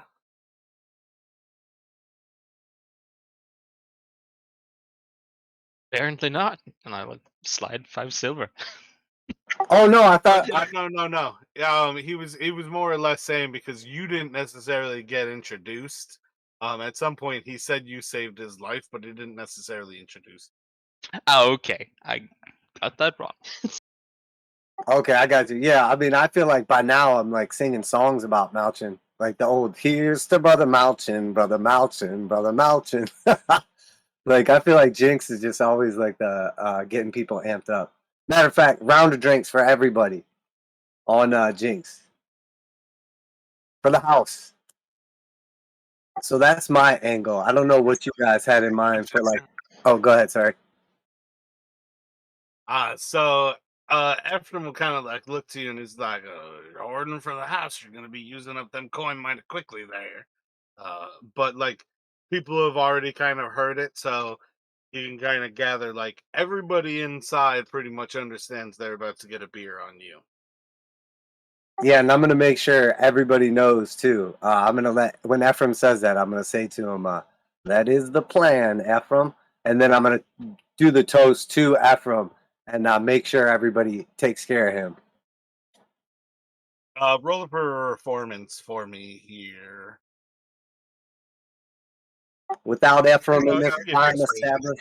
without Ephraim in this fine establishment, we not only would not have drinks to put in our bellies, but a place to gather. So here is to Ephraim for providing this. Make sure that you take care of him tonight. So it's 19 total. Gotcha. Yeah, so you kind of like see is like everybody kind of like celebrates. There's definitely some like essentially like coppers are still a solid tip here in positions like this, but there's definitely like a collection of coins that kind of like pass his way as people collect their beers on you. Um so yeah, you guys can kind of hang out here across the evening, kind of recognizing again most of these people here are pretty simply like regulars in place like this. You're not really catching a whole lot of differences. Let me get some. Um, I can't think of the word for perception checks from the three of you, as you basically like hang out here, just setting a really high DC here, just to see like if you guys hear anything special. Dirty 20. 22 for Malshin. 19 for Dalton. I don't think it would even connect for Jinx, because I think it was Seraph when you came about this. But I think it'll be the type of thing where maybe once Malchin brings it up, But at some point here, Malchin, you're gonna pick up. There is a orc or a half orc who is kind of like moving around to these different tables across kind of like the evening time here, and kind of just like pops into each little group, asks about Fawn, and yeah, I think he's got a list of names that he's kind of asking about. Um,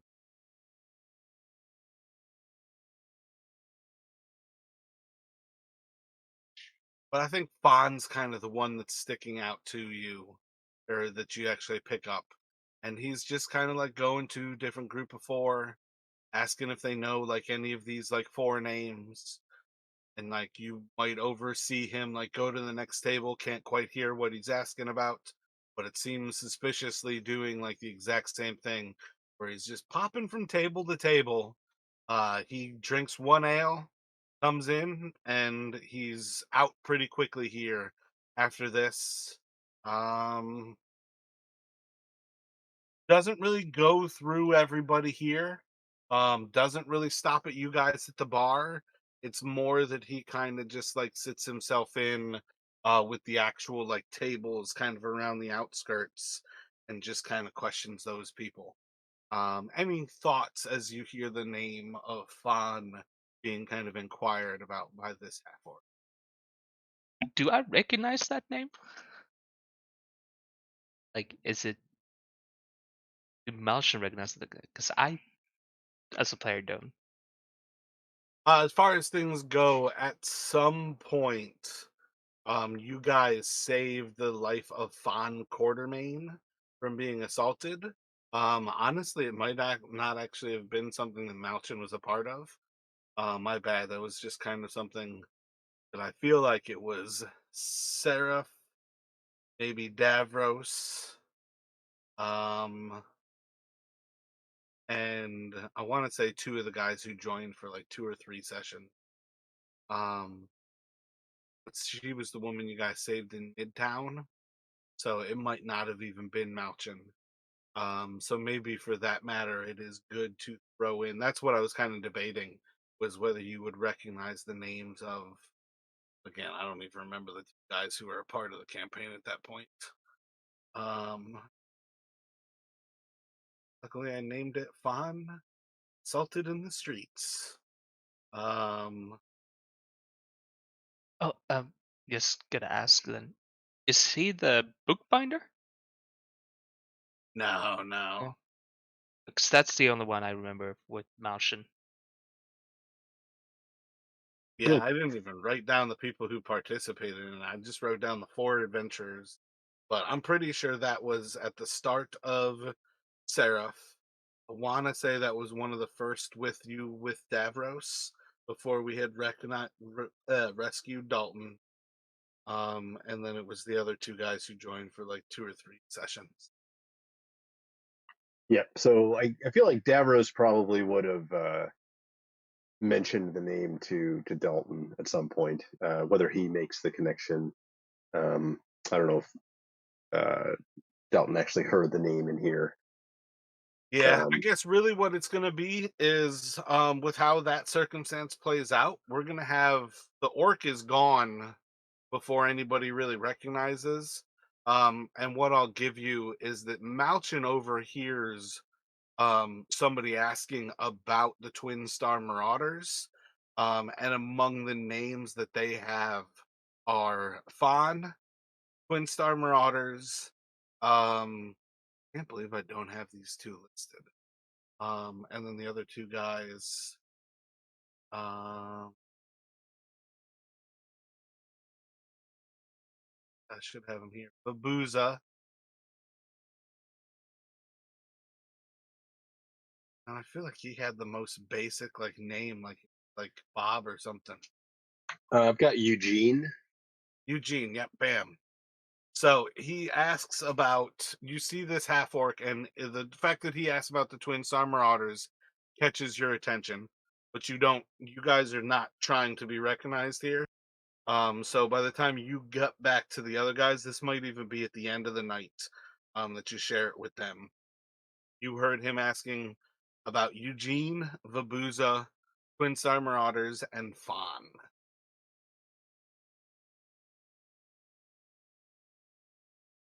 And Dalton would have been probably doing some performing as well, maybe up on the stage. This like probably end of the night, he's breaking out the parting glass, and then that he'd be coming back towards Malchin and Jinx. Probably this might be the first time he would learn of these questions. Might have seen the half work, but not known while he was performing what exactly was going on. But I was kind of like moving back to like catch up with them at the end of the night.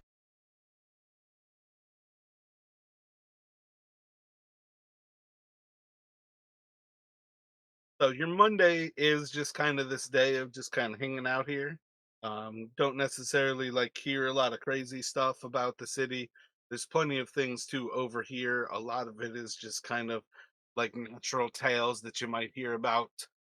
Some of the different odd races that exist in the city, but it's not necessarily surprising to hear about. In the long run, there's nothing like super crazy to pick up. The next day that you guys would be coming here is on a Tuesday. Um, are you going for the same thing where you're just going to come here at dusk and kind of hang out for the day?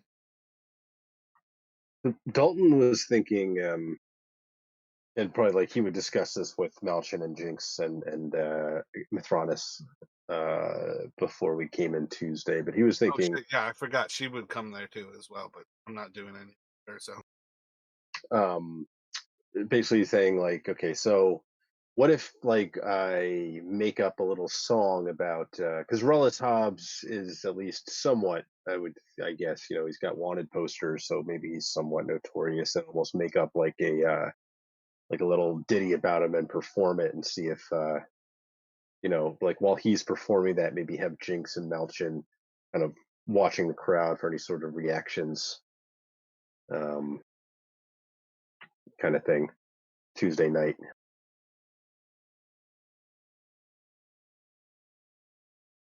Like almost like an insulting kind of song, like a you were not planning on doing this on Monday night though, right? This is what you were hoping to do on Tuesday.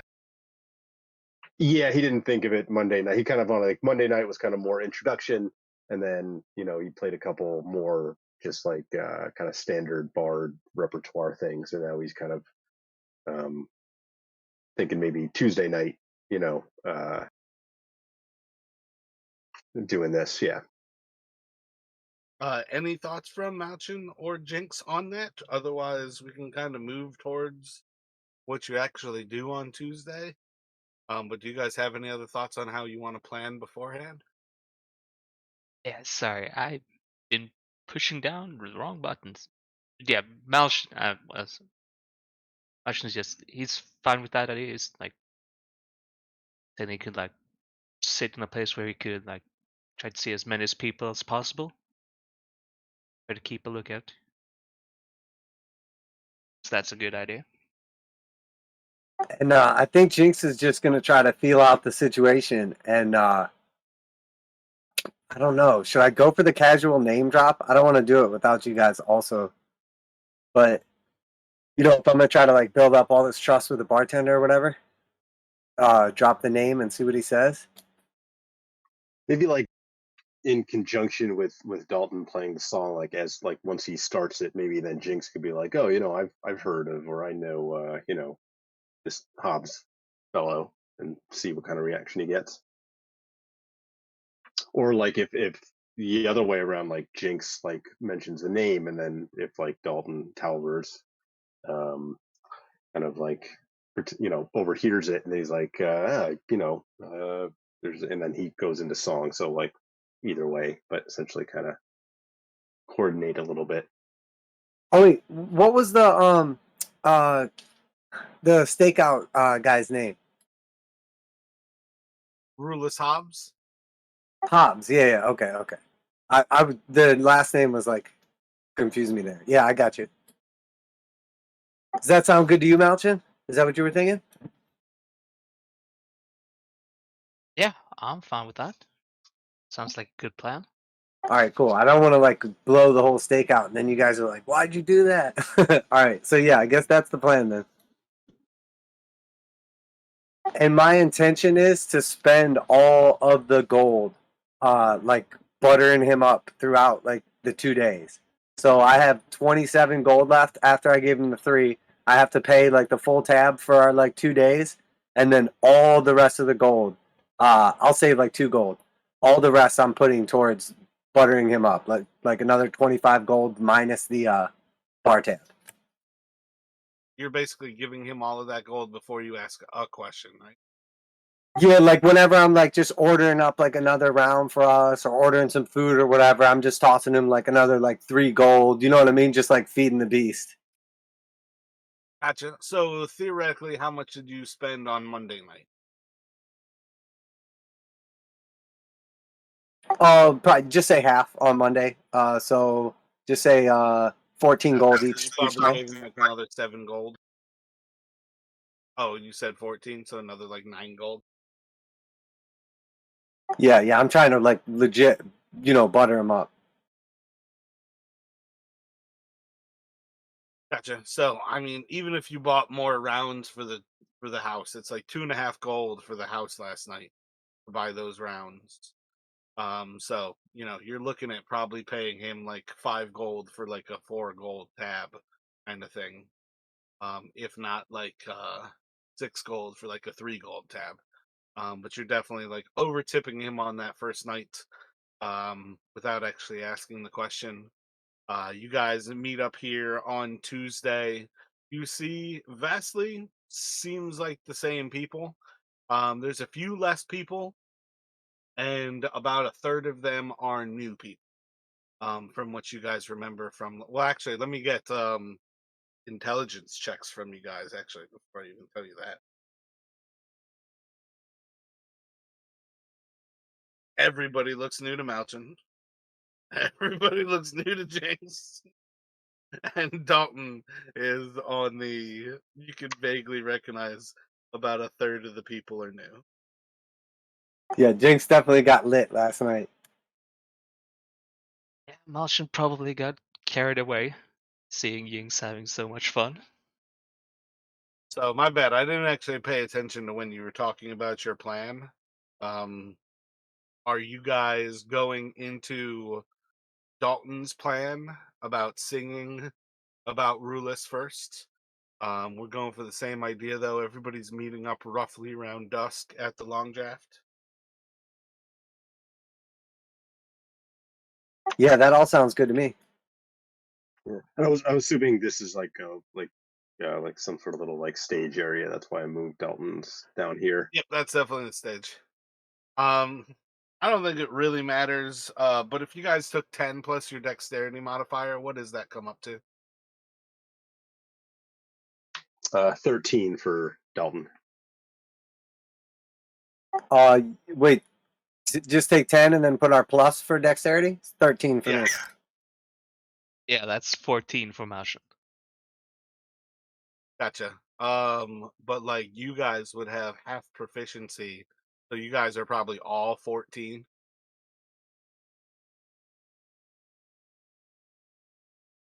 Oh yeah, for initiative it would be 14. Yeah, Yeah, with yeah. Jack of all trades. So I'm gonna say today you guys pretty much all arrive at the same time. And Mithranius is just a little bit behind you guys. She's a 12. So you guys are basically 14. She's a 12. As far as things go, you're all pretty much arriving like as the sun sets. Pretty much on point here. Recognizing like first night went off well. You're well known as a group, so maybe you don't need to worry about nearly as much like staggering yourselves as you come in today. Again, Dalton is really the only one of you who kind of recognizes that about a third of the patrons are the same or are different, and there's a little bit less patronage here than were the night before.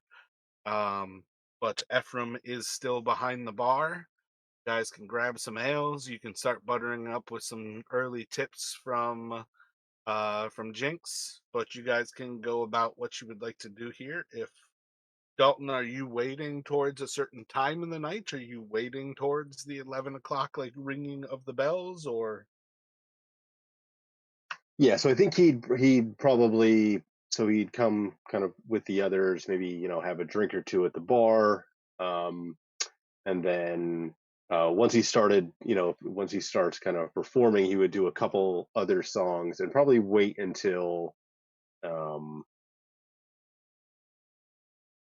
yeah, maybe like did we have a specific time on Tuesday or just Tuesday? We thought when from I Delphinius's notes. 2300 hours, 11 p.m. basically. Gotcha. So maybe he would try and time it for like just before the bells.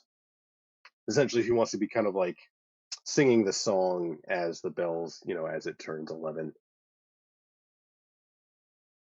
I think Yeah, as Dalton's getting ready for like the big performance, like the kind of lead up to the coalescing of the plan and like everything, I'm gonna drop a bardic inspiration on him by like kind of like chiming in with him or whatever. yeah, so I think as far as things go, you guys can basically hang out, start to drink around this evening, and you can prepare to kind of enact your plan around that 11 o'clock time. Um, Basically, like expecting the bells to be ringing like across the city. You basically like take to the stage. Um, you might get up there a little bit earlier, so you're kind of like prepared to sing that particular song. But you guys kind of have like a planned little thing that tells everybody to kind of prepare for it. And Jinx kind of stands up and like sings his like introduction to introduce the other bard and gives you that inspiration to do your song. And let me get a performance from you with Dalton. All right, and I'm going to go ahead and use that inspiration.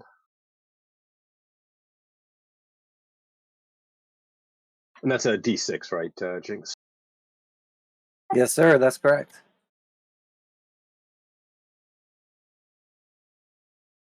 All right, so that's a 23.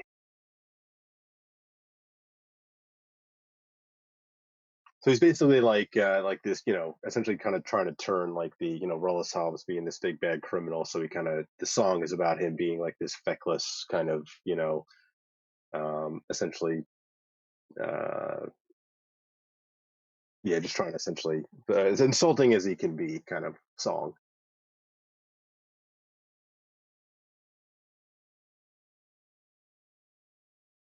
And let me get a um perception from Malchin and Jinx.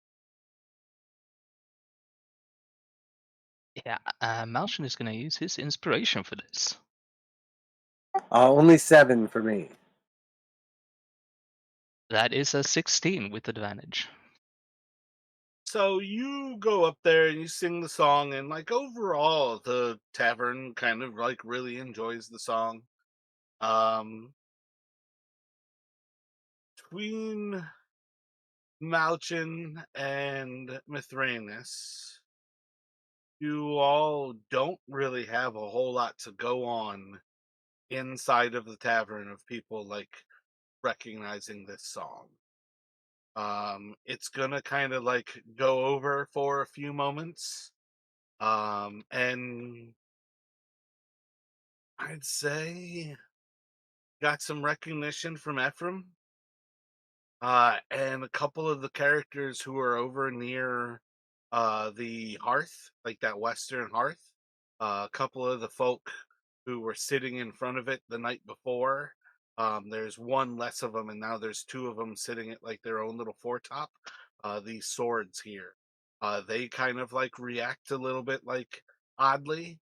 But like that's who you guys are gonna clue in on is like those three people, Ephraim and the two of those guys, seem to be all that react, nobody reacts like you would expect, like where they're, getting like insulted or like being offended by the song.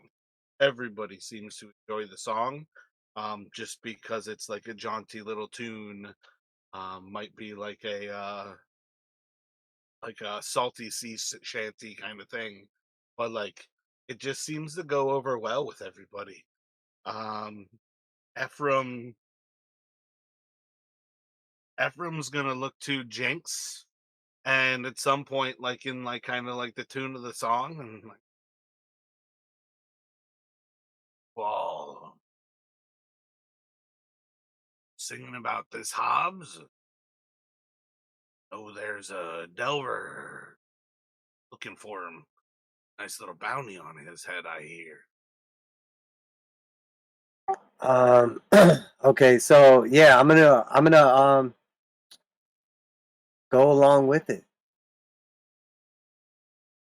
Yeah, I gotta be completely honest with you. Part of while we're in these parts is looking for a little information. I'd never put your life in danger or anything, but let's just say that if you were able to help us along our path, could make sure that your pockets stay mighty full. And I'm gonna try to like persuade him to give us any kind of info he has on whereabouts or just any details, connections, anything. Gotcha. You can roll a persuasion.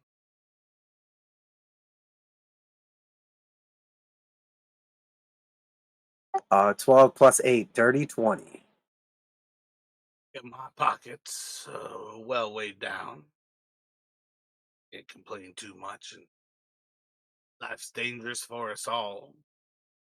Can't say I expect you to be sitting there tomorrow. Fella,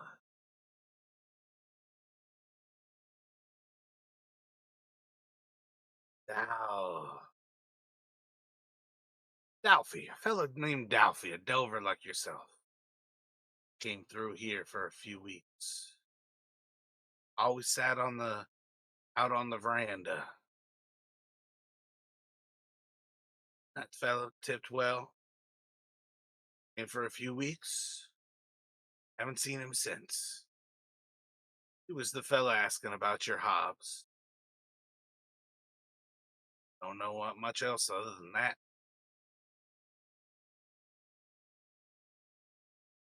But asking the question, basically find out Dalphinius. He was always sitting outside, basically, um, on that like front little doorstep. Want to say balcony, but I feel like balcony's the wrong word. I think veranda works though. All right, so I'm gonna share that with the guys, and then I think I'm gonna recommend that we go post up at that spot to look out.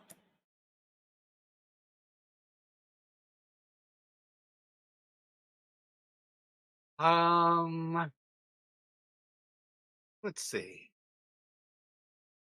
Let me have you guys.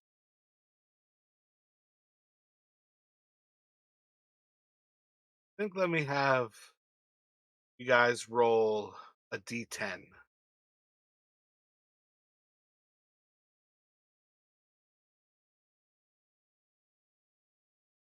Oh, close. Last chance.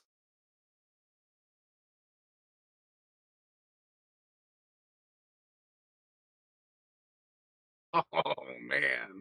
I got 2. Yeah, that was fishing for ones. You guys got as close as possible, I'd say. 2, 2, 3. So you're hanging out on the veranda rest of the night, going in, grabbing your drinks as you would just kind of normally. You guys can discuss as you would, as you kind of like move out there and kind of like grab one of these tables up. But effectively, you get a little bit more of a sense of perhaps this brewery is conveniently placed for basically watching that street. But effectively, as you kind of like spend the time in here, doesn't really seem to be anything for you guys to pick up on. And you're basically just kind of like sitting out there, and that day is gonna go by. Um, Could Dalton, like after he finished his song, so Jinx, spoke with Ephraim. But if either Malchin or Jinx mentioned like the two others, sitting at that one table who also seemed to at least recognize the name, maybe essentially Dalton would try to kind of like after he's done singing, kind of coming off the stage, kind of working his way through like stopping at a couple tables, maybe like asking like if people liked it, and then trying to do the same thing with these two, trying to get a sense of maybe a better sense of just what their reaction was. so overall, part of what I was kind of getting at there, and it just so happened that I rolled high enough with Ephraim, to have him actually react positively, is basically that Dalphinius had been coming to this tavern and had been doing something very similar to what you guys were doing. Those are the other two people who remembered that he was asking about Hobbs. So when they hear that name, they were basically reacting in the same way as where it's like, shit, I heard that name. Oh, Wasn't okay. that Got fella asking about a Hobbs? Was it Rullus? And they basically have that conversation like amongst themselves where it's like, I feel like there's some money to be made about that name. But like they don't really have any information. But you kind of get like a watered down version of what you would get from Ephraim from those two. But again, essentially this tavern is kind of like a red herring of Dalphinius came here to search out for Hobbs. But at this point, you now basically recognize like Dalphinius was coming here to watch that street.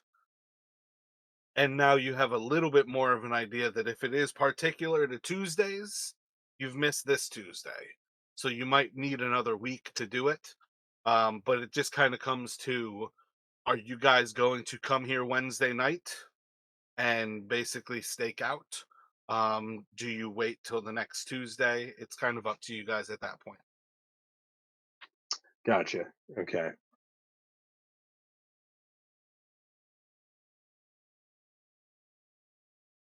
Well,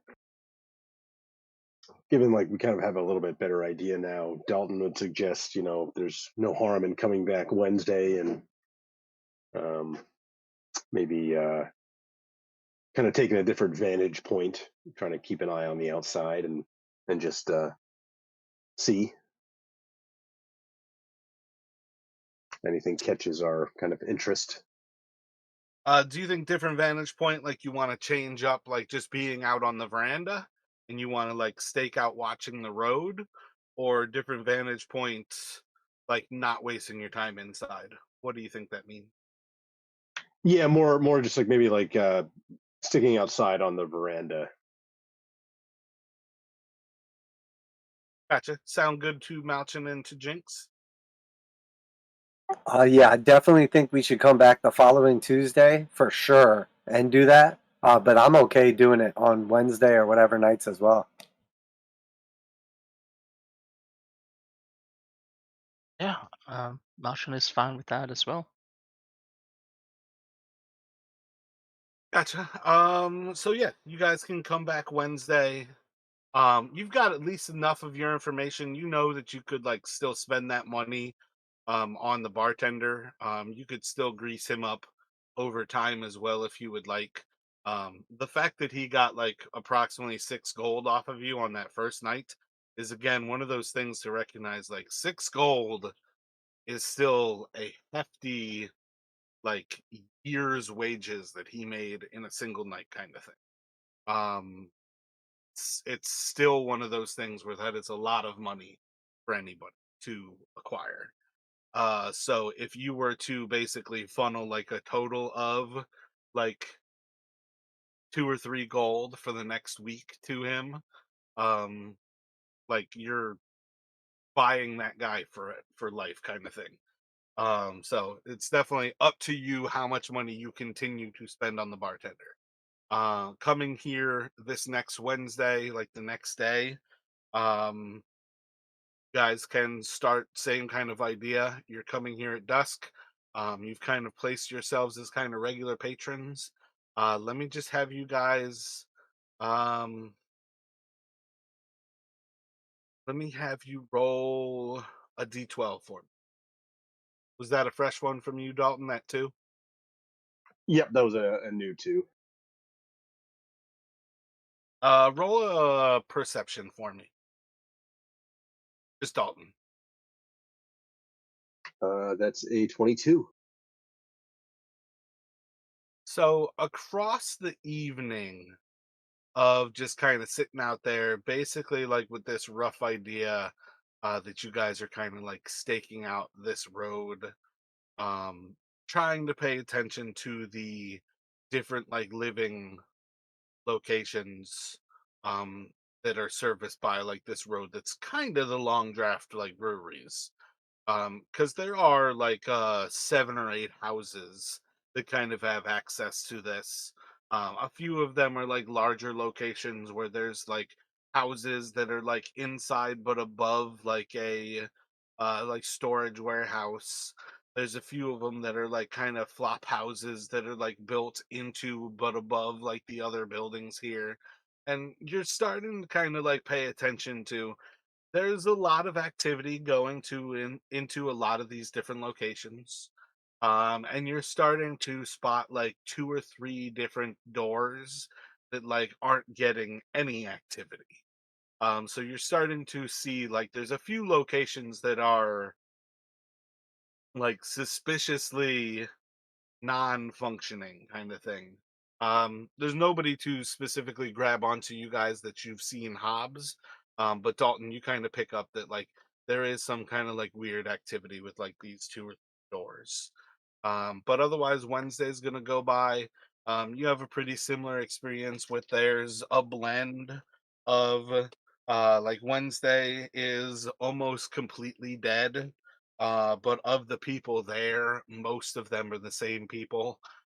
There's a little bit of kind of recycling, but of like new people, but it's pretty dead that evening. Thursday come around. You guys coming back Thursday night? Yeah, my goal is to basically just be like hanging out, getting friendly with people, and trying to gamble to maybe like use my dice set to try to juice up my pot again, and then again just keep funneling to the bartender, like you said, and just make a friend for life.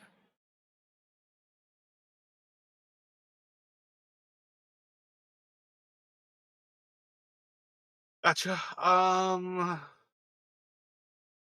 How do you feel about gambling as well, Dalton? If you see Jinx out there trying to set up a game, you guys trying to like work in concert there? Are you guys going to be working in the same game where you both could potentially lose money to one another while taking it from other people? What do you guys think about that? Yeah, so I think Dalton's original plan was to essentially repeat Tuesday night because he wants to see if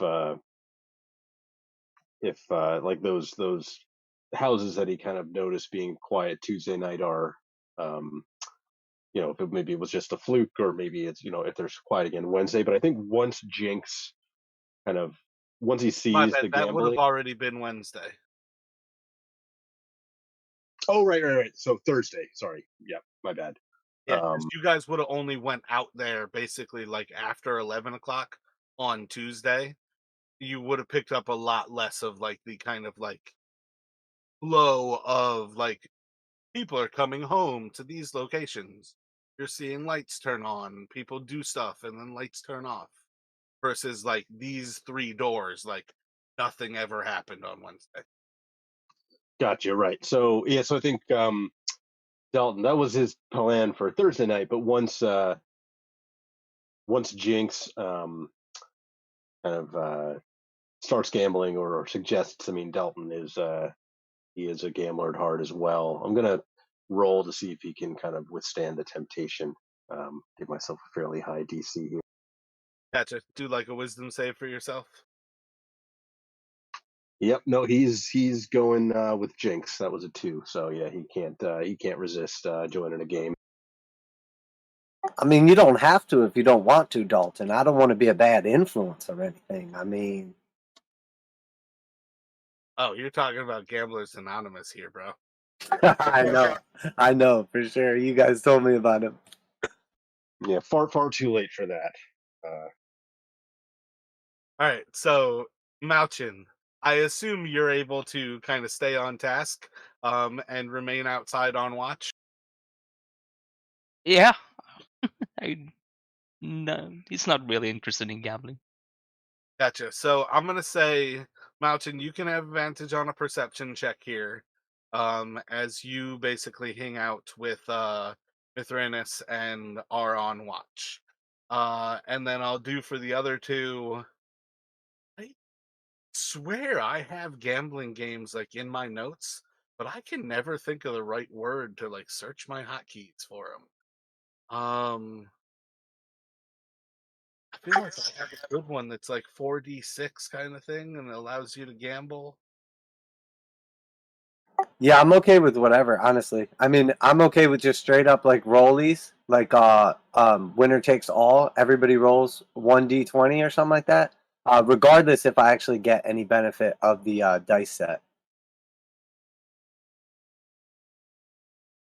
I think it says proficiency on rolls for dice games, but I'm okay doing it just however.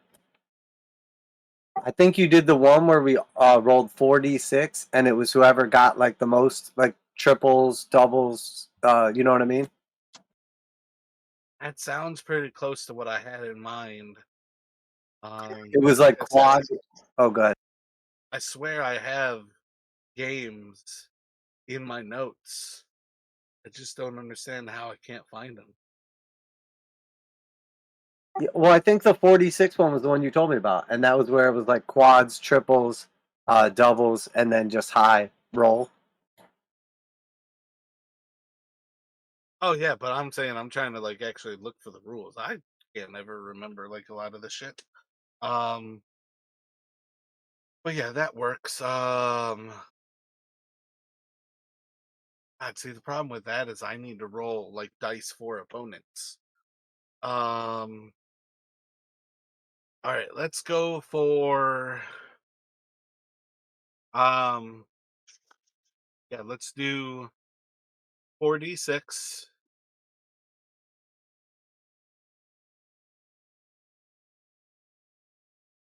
If you guys would like to, oh, this is where I swear I have rules for this.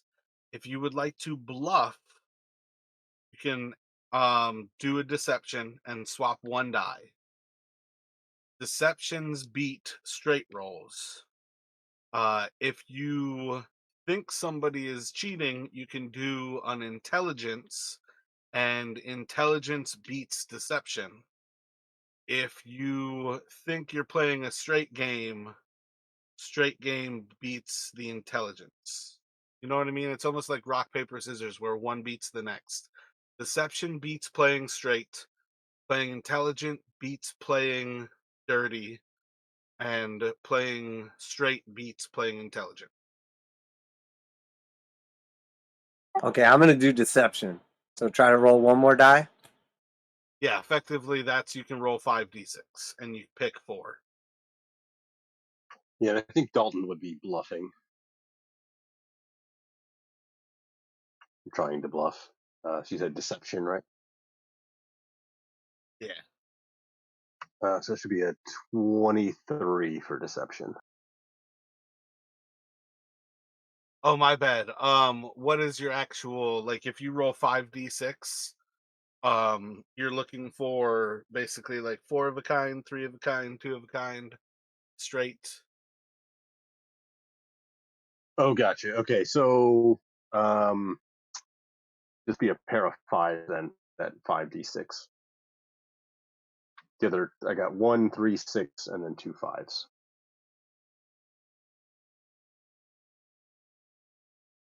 and I've got 2, 4, 5, 6, 6. So 2 6s. And my All right. deception roll is 20. Oh yeah, my bad. It wasn't even that you had to do the deception. The point is that if you were deceiving somebody who played intelligence would win, like has the advantage over you. Like it's just a win. So I played one person who is straight. They're just going to lose against you guys cheating. Um, and then I played one person who was deceptive, and I am going to beat each of you with that person because I rolled trip fives. So let me get 2 percentiles from you. First percentile is how much you made off of the person who was playing straight. Second percentile is how much you lost to the other person who was cheating. But effectively, the three of you cheating, nobody ever really gets caught because you're all cheating. Nobody's playing an intelligent.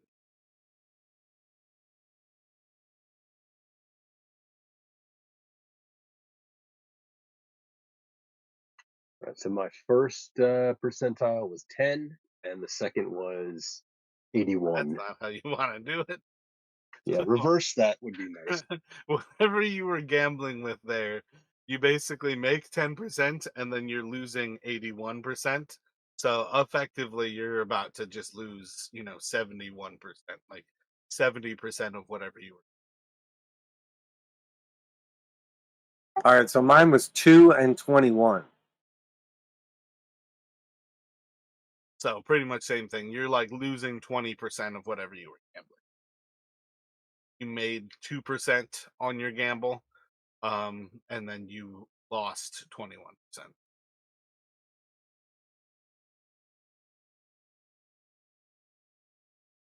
All right, so I'm ready to do it again.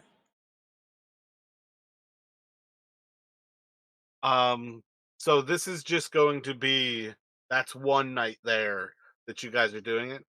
You guys can roll perception, but the two of you are at disadvantage.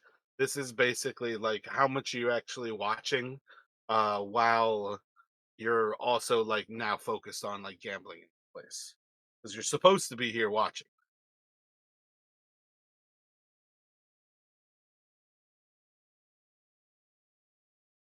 And then Malchin, yeah, did I already have you roll that perception, Malchin? Yours would have Uh, been an advantage because you have Mithrandus with you. yeah, I hadn't rolled it yet. I'll wait until you were done with the. All right, cool. So I'm 15 total with disadvantage. 15. And Maro, when we have disadvantage, do we also roll the proficiency die twice and take the lower? No. Your proficiency die is always singular. The disadvantage is Oh, only against your d20. okay. So in that case, 13. Yeah, Gotcha. 16 for Malshan. Yeah, I mean, you guys are all doing pretty good there. There's basically a point where, like, Mithrandus and Malchin are kind of hanging out outside, and the other two of you basically like come out to essentially complain, like, every single time you take a hand, you're giving another hand away to somebody else. That you're basically like in there and like thinking like, oh, I should be out here cleaning up, and you just like kind of keep coming up a little bit short. And like all four of you are together when all of a sudden, while you're like mid conversation here, there's this man who's just like kind of silently walking down the street, almost like shadows following with him as he's like walking down, and like the littlest bit of light kind of comes out from the tavern as somebody opens up like the door to inside, and you just see as it like crosses over his face just this stark white face, and it's just clawed from chin to eyeballs, like three cuts like deeply scarred into his skin, and it's like kind of stunning moment where like all of you are just randomly out there having a conversation about gambling, and then it's just gonna click to all of you like that's Rullus Hobbs, and he's just walking right in front of you guys on the other side of the street.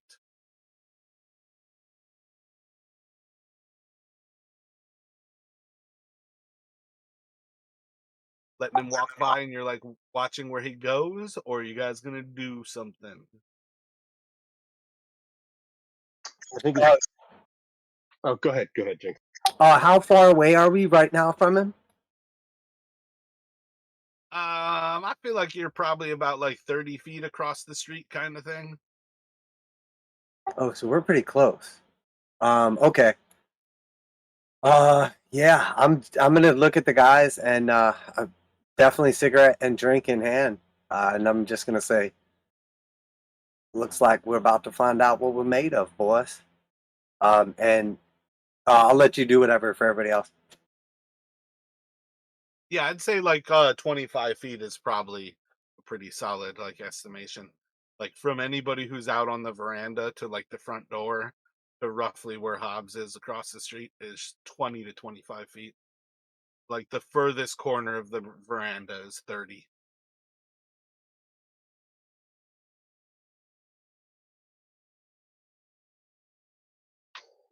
Yeah, I think Dalton, kind of as this as he recognizes him, is going to.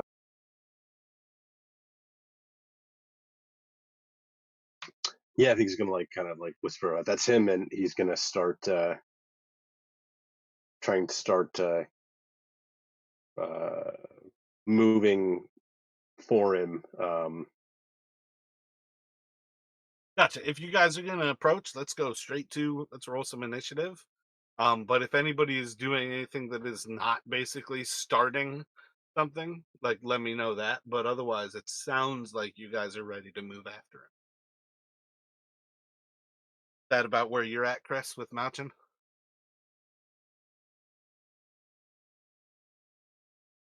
Yeah, I'm thinking he probably wouldn't start after him immediately. Probably want to wait, but if he sees the others going for him, then he'll follow. But Gotcha. If you want, you can roll initiative here with disadvantage and place yourself a little bit behind them.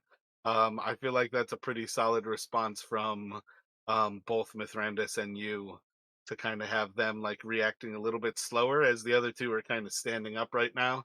And you're basically like sitting there drinking your ales, like we're watching for this person. All of a sudden they see him and they're just like charging after him.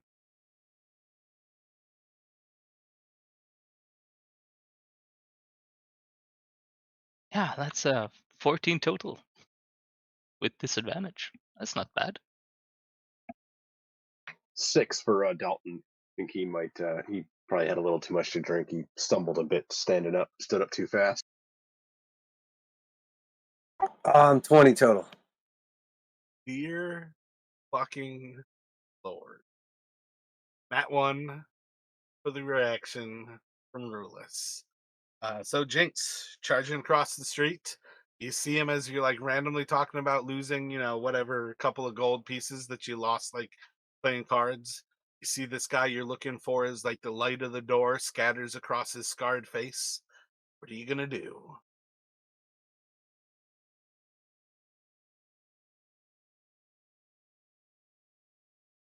I'm going to. Um, yeah. Has he noticed us yet at this point in time, or no?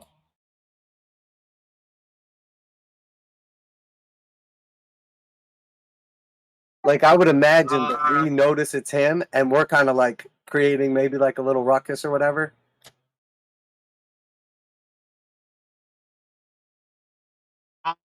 I'm not quite going to say that there's a possibility of getting surprise on him, but I'm also not saying that he fully notices you yet.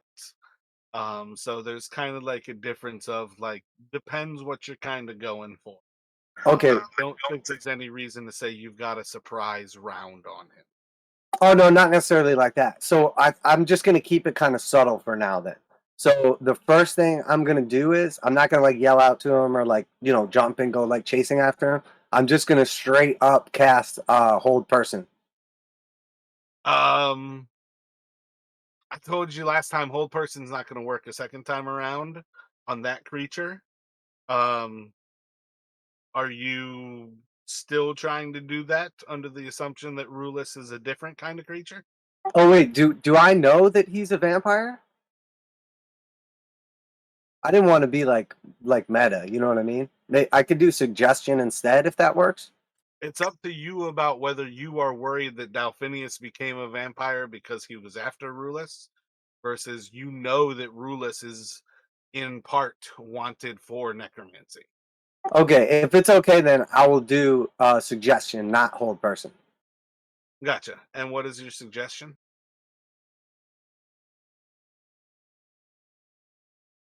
I'm just gonna yell, "Come here!" Uh, What is your saving? Like a 14, and it's a wisdom with suggestion. yeah, that's right. 14 wisdom. So he'll stop, look over to you, and what pray tell can I help you? But he kind of holds his ground over there across the street still.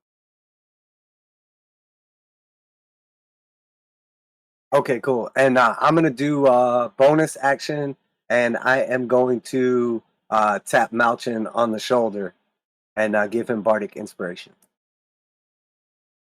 And that's it for me. Gotcha, Malchin. You are kind of next to react here as they kind of like cross this conversation. What would you like to do? Yeah, I'm kind of confused on what to do. So you can make a quick decision here and do something. You can do something that holds an action. You could do something simply like starts placing yourself like dodging. What are you doing? Still in the heat of the Yeah. moment of all this is happening in front of you. You got to choose something quick. Yeah, I was gonna ask that. I don't have my bow out, so to say, but can you still hold an action for like?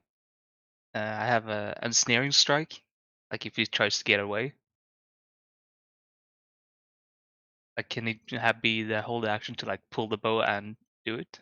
Or oh wait, no, I can't do that because I don't. That's a spell. I can't do hold.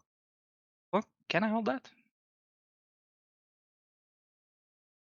Yeah. So you can't. Ensnaring strike is kind of uniquely something that you can't really do, because you could cast ensnaring strike, but it would still be the next time you hit a creature with your weapon that ensnaring strike would do something. And that's the difference, is ensnaring strike isn't doing both things. And it's in the same way as technically, like if you pull your bow to like hold an action, like to shoot him, you're still pulling your bow, putting an arrow on the knot, and like kind of pulling it back. It's just like with a lot of things, like holding hostile actions very much looks like hostile actions. It looks less hostile if you're like already holding your bow with an arrow on the string, but that's kind of the thing, is it still looks hostile. Yeah, then I'm gonna like I'm just gonna hold action to run after him if he starts like moving away from us. Because that I can Oh, do, right? gotcha. Are you thinking about like trying to like grapple him? Like you're hoping to like close the distance and like grab him to prevent him from moving?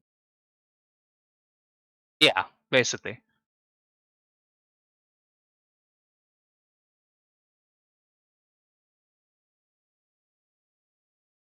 Gotcha. How about,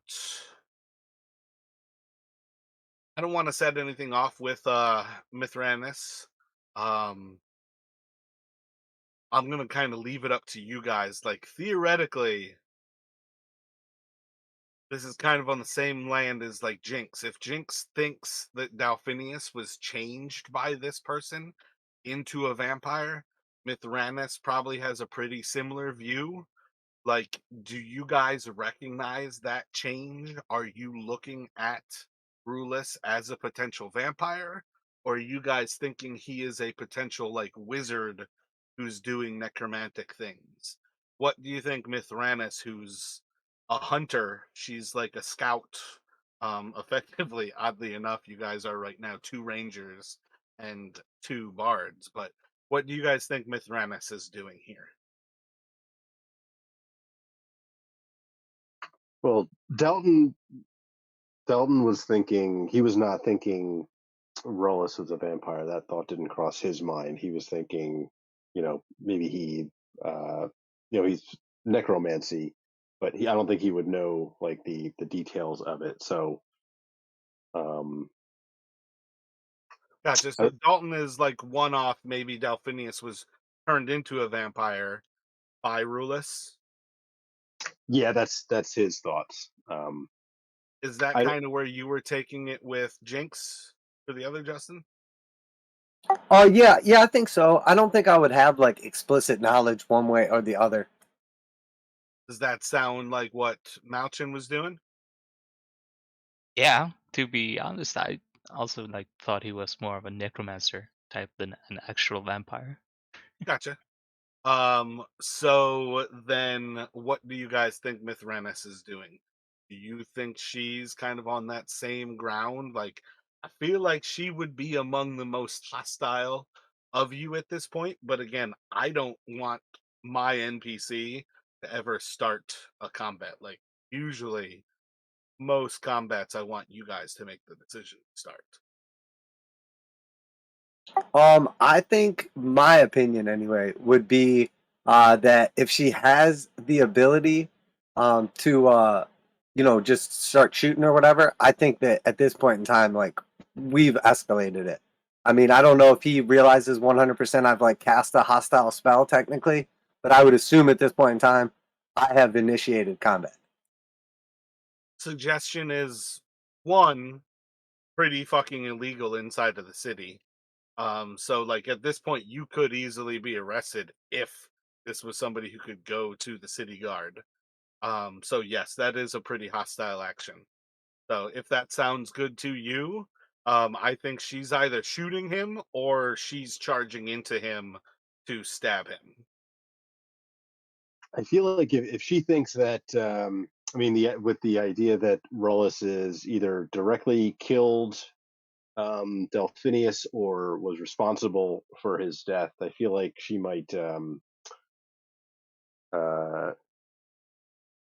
go close, like she wants to get in close and mess him up rather than. I mean, I don't know how like intelligent, wise she is. Like, in sort of like, can she think tactically, or this is the person who killed my mate? I want to like just kind of almost go into like a rage kind of thing, like not a barbarian rage, obviously, but Oh, I 100% think she's closer to a rage than anything else. So I think the most likely thing at which that she's going to go for here is effectively within a moment of kind of noticing who who it is.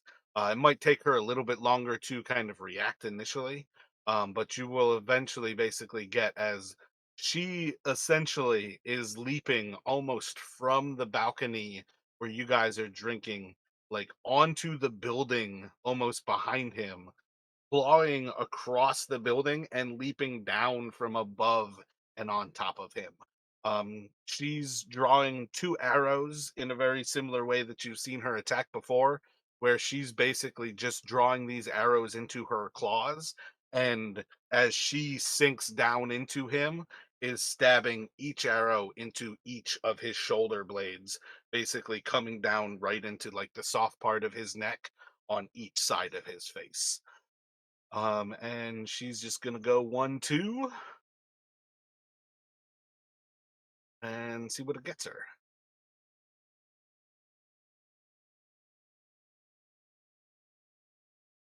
So I think she's got a +6. So with her first, I really actually don't have it separated, just the first. Yeah, with her first one, she sinks an arrow like into like the left side of his face as she comes down. And Rulis kind of like jinks out of the way as the second arrow just kind of like misses his actual God, what is that muscle called? The trapezoid. and like just kind of like slices down like the last bit of his kind of leather like tunic, and barely kind of misses him as she draws like the second arrow down, still inside of her claw, sinking down on top of him with most of her weight on top of him. He's not technically grappled, but on some level she is effectively like coming down from on high as she attacks into him here.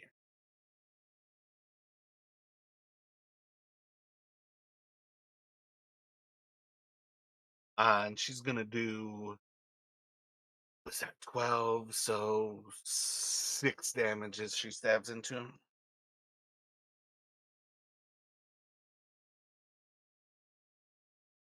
Yeah, can Malshin then use his held action to just run up and like try to grapple Hobbs?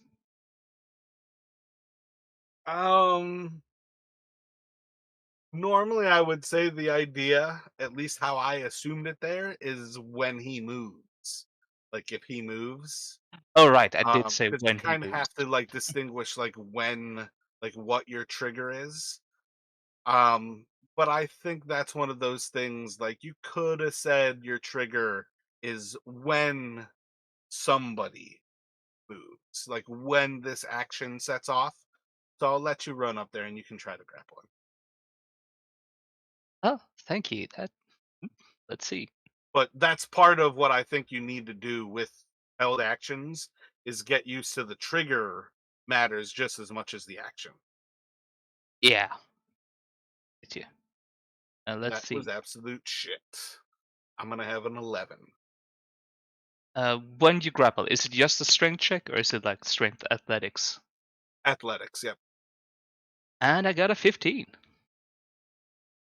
Gotcha. So you can run up to him and grabbing a hold of him, effectively hold him in this position. He's going to kind of like making eye contact with you, Malchin, almost like lifting up your chin with like his offhand, like a hand that you're not like holding right now. He just kind of like lifts up your chin to make eye contact with you, and he says, "This rowdy cat bitch behind me is your true enemy. I need you to make a wisdom saving throw for me."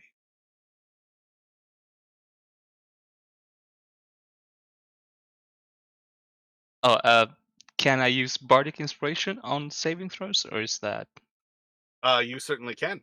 Yeah. But you can roll it beforehand and decide from your d20 whether you want to use the inspiration there. Okay. Let's see. I'm gonna chance the inspiration just for safety. Gotcha. You're gonna roll it. Yeah, so that's So I an think you got 18 18. total. Yeah. Gotcha. So yeah, you kind of like shake it off, and like you're like feeling oddly like you need to attack Mithrandus, but you're able to maintain control. And he'll kind of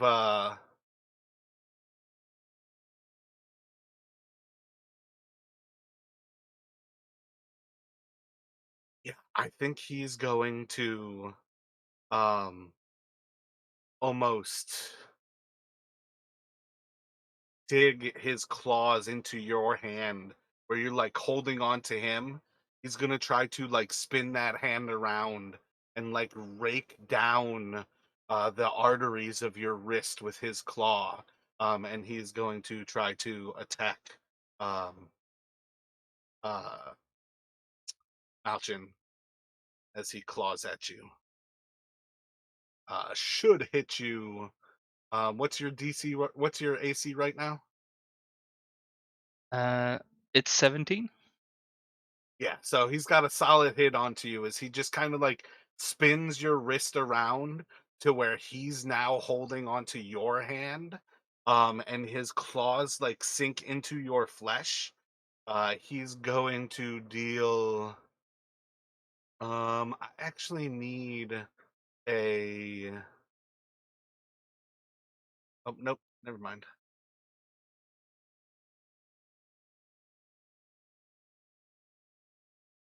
So he's going to deal 12 slashing damage as he cuts across your wrist. And then 11 of it will be necrotic damage. As your like blood just starts to pour out. And you immediately start to feel drained by this. And you are grappled and restrained as he holds to your wrist. And then he's going to turn to Mithrandus and he's going to say, "This is enough. You do not want to attack me. Clearly, you are all mistaken about who is predator and who is prey." And it's going to go to you, Dalton. As you can say in general, everybody can see with his movements, he's moving far faster than having used all of what he can bring to combat. Gotcha. Yeah, so Dalton kind of like he stands up suddenly, maybe like hits his knee on the table and kind of delays him a bit, and as he fumbles, he's fumbling for his crossbow as he starts to run. But as like even as he's doing that, he's seeing this guy just like moving like preternaturally fast and kind of clawing open Melchin's arm, and kind of as he's raising his crossbow to try and fire at him, he's going to kind of thinking, we might have bitten off more than we can chew, so to speak. He's going to start shouting at the top of his lungs, like, "It's Hobbs, it's Hobbs!" Essentially, just trying to alert anybody. He's thinking we might be in trouble here, so he's just starting to shout as he tries to loose a bolt towards Hobbs. I'm going to use my inspiration to give advantage on this shot. All right, so that should be a 21 to hit. It would be for 5 piercing damage, non-magical.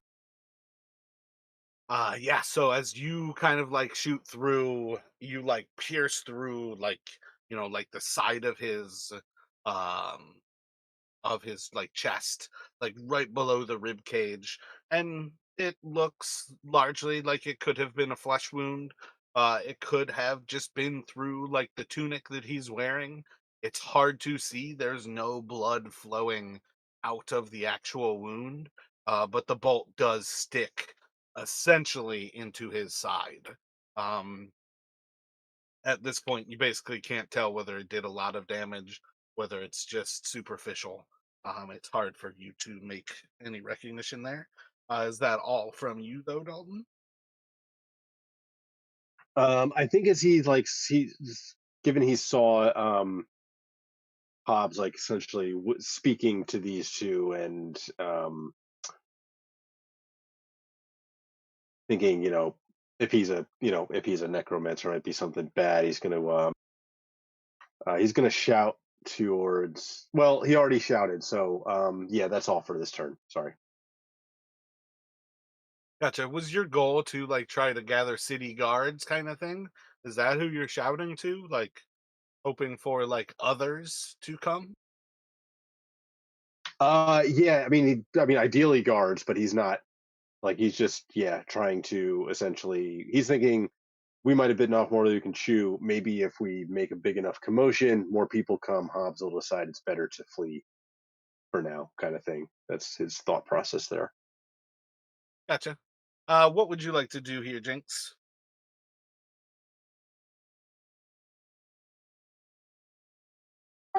Seeing him grab a hold of Malchin. Am I like up on like a second level or just like a couple feet off the ground, like kind of patio? Like if you wanted to hop over the ledge, it's not going to cost you anything. It's a little bit of acrobatics, but like in the long run, It's not enough that you're like leaping to where you would take falling damage. If you wanted to do something cool, it is enough that it probably potentially like gives you some semblance of doing something cool. All right, I'm gonna jump up. Well, this is what I want to do. You tell me what I got to do. I'm gonna jump up on the railing, chug my drink, and then I'm gonna like jump down, kind of fancy looking. And as I hit the ground, I'm gonna cast Bane on him, and I'm gonna just say, "Don't mistake our kindness for weakness. I can see your arm trembling," and I'll Bane him, which is 14 charisma. As you cast Bane, you like leap off of this and like you leave the spell, and as you like reach out, you don't feel a connection to like his form in like the magical plane where you would normally feel like your bane start to attach to them, and you start to like feel their sense of like ill being. There's nothing there. Your bane dissipates, and there's a little bit of disappointment. Bonus action. Bonus action. I don't think I have anything actually. Gotcha. um Oh wait, I do have one thing. Can I bonus action? Well, tell me how far I can get on this.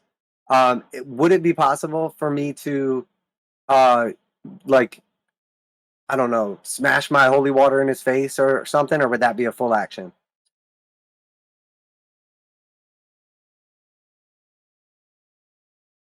um Normally I allow the idea that you can have a healing potion on your belt that can be used by you as a bonus action.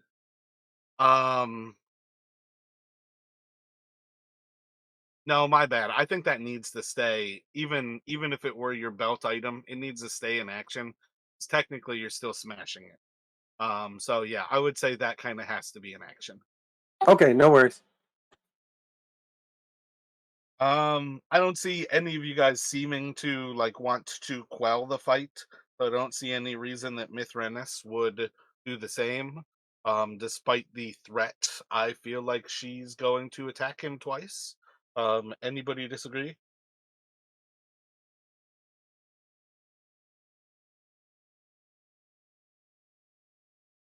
Silences a consent there. So she's just going to, I think, drawing two more arrows, kind of going for the same idea. She's just going to try to stab into him with these arrows. She'll have flanking from Melchin on the other side there. 14 is the low one. That should still be a hit. So she should do 12 and 5.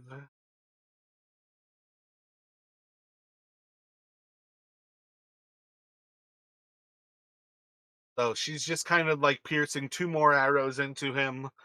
He's now got three arrows like just stabbed into his body, starting to kind of like turn him into a little bit of a porcupine. As she's kind of like stabbing into him, he's just going to kind of like turn to her. And actually, let me see.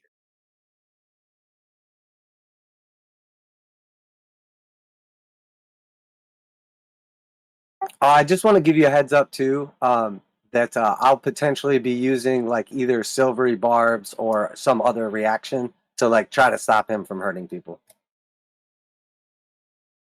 Gotcha. Yeah. So his first move is going to be reaching across. He's still holding on to Malchin with like his left hand, say. And he's just going to reach across and try to slash into Mithranis. So his first attack is simply this reach out towards Mithranis. Um, Rolling a 4, pretty bad. You know, I'm not going to mess with that. I don't remember what I made her last week. Felt like I gave her a cool stat block. Definitely should have wrote that down in my notes. I think this is one. Yeah, so as he reaches across, this is a incredibly poor haphazard swing across, and his nails go right into her throat and rake across her throat, and he grabs onto her and lifts her up. And you can see that despite making a terrible attack, he is well suited to attacking this foe. So just to throw that out there, a 4 hits this person who's medium armored, um, rather dexterous like ally that you guys have. So just to throw that out there, that's what you guys just saw. And his claw damage is 5.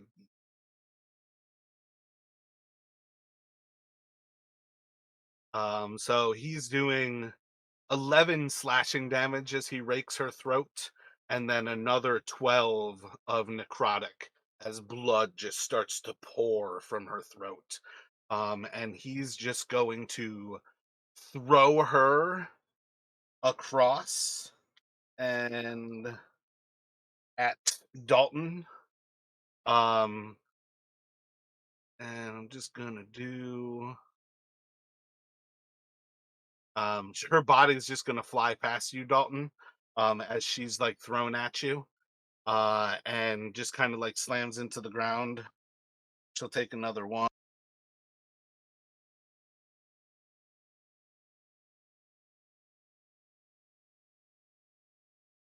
And then he's going to look towards um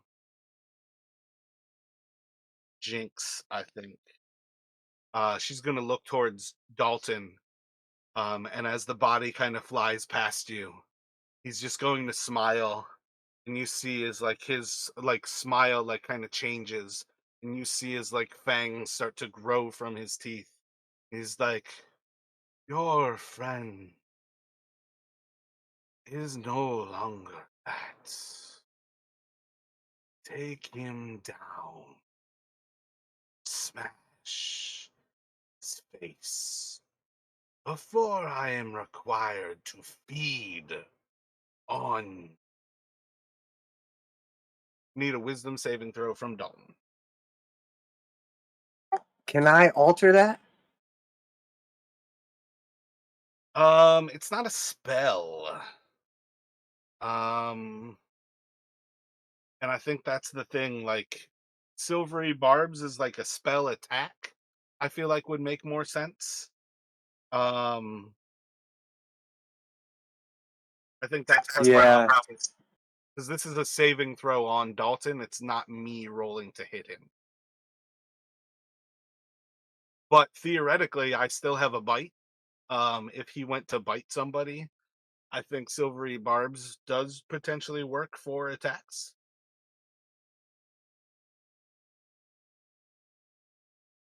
So that's going to be a flat 8 on the saving throw. Guessing not enough. Yeah, so you're going to basically use your reaction to move up to your speed to Jinx, and just make a melee attack on it. Okay. So I've got the hand crossbow in one hand. Would that would I be essentially Unarmed strike then. Or do you have your other hand open? Yeah, so I could like draw my rapier and stab at him. That's what I was going to ask. Like as part of the attack, would that be kind of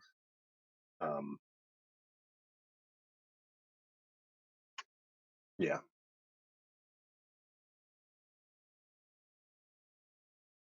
I'm gonna leave that up to you. You are inclined, you are beguiled to attack Jinx and in melee. Um, you could smash him with your crossbow and risk damaging it. You could smash him with your open hand, or you could potentially draw your sword and attack him. But that's purely up to you. How do you want to play it? The inclination is simply at this present moment, you are beguiled to move to Jinx and attack Jinx in melee. That's all I require. Gotcha. Yeah, so maybe since he's got the crossbow out, he hasn't reloaded it yet. Maybe he would essentially take it like in both hands and try to um essentially bludgeon him like with the stock. Gotcha. Sounds good. So you can go for that. I would say no proficiency. Make a strength-based attack. So that would be just a flat 5 then. Yeah, I think that's plenty enough for Jinx to basically recognize this threat and kind of dodge out of the way.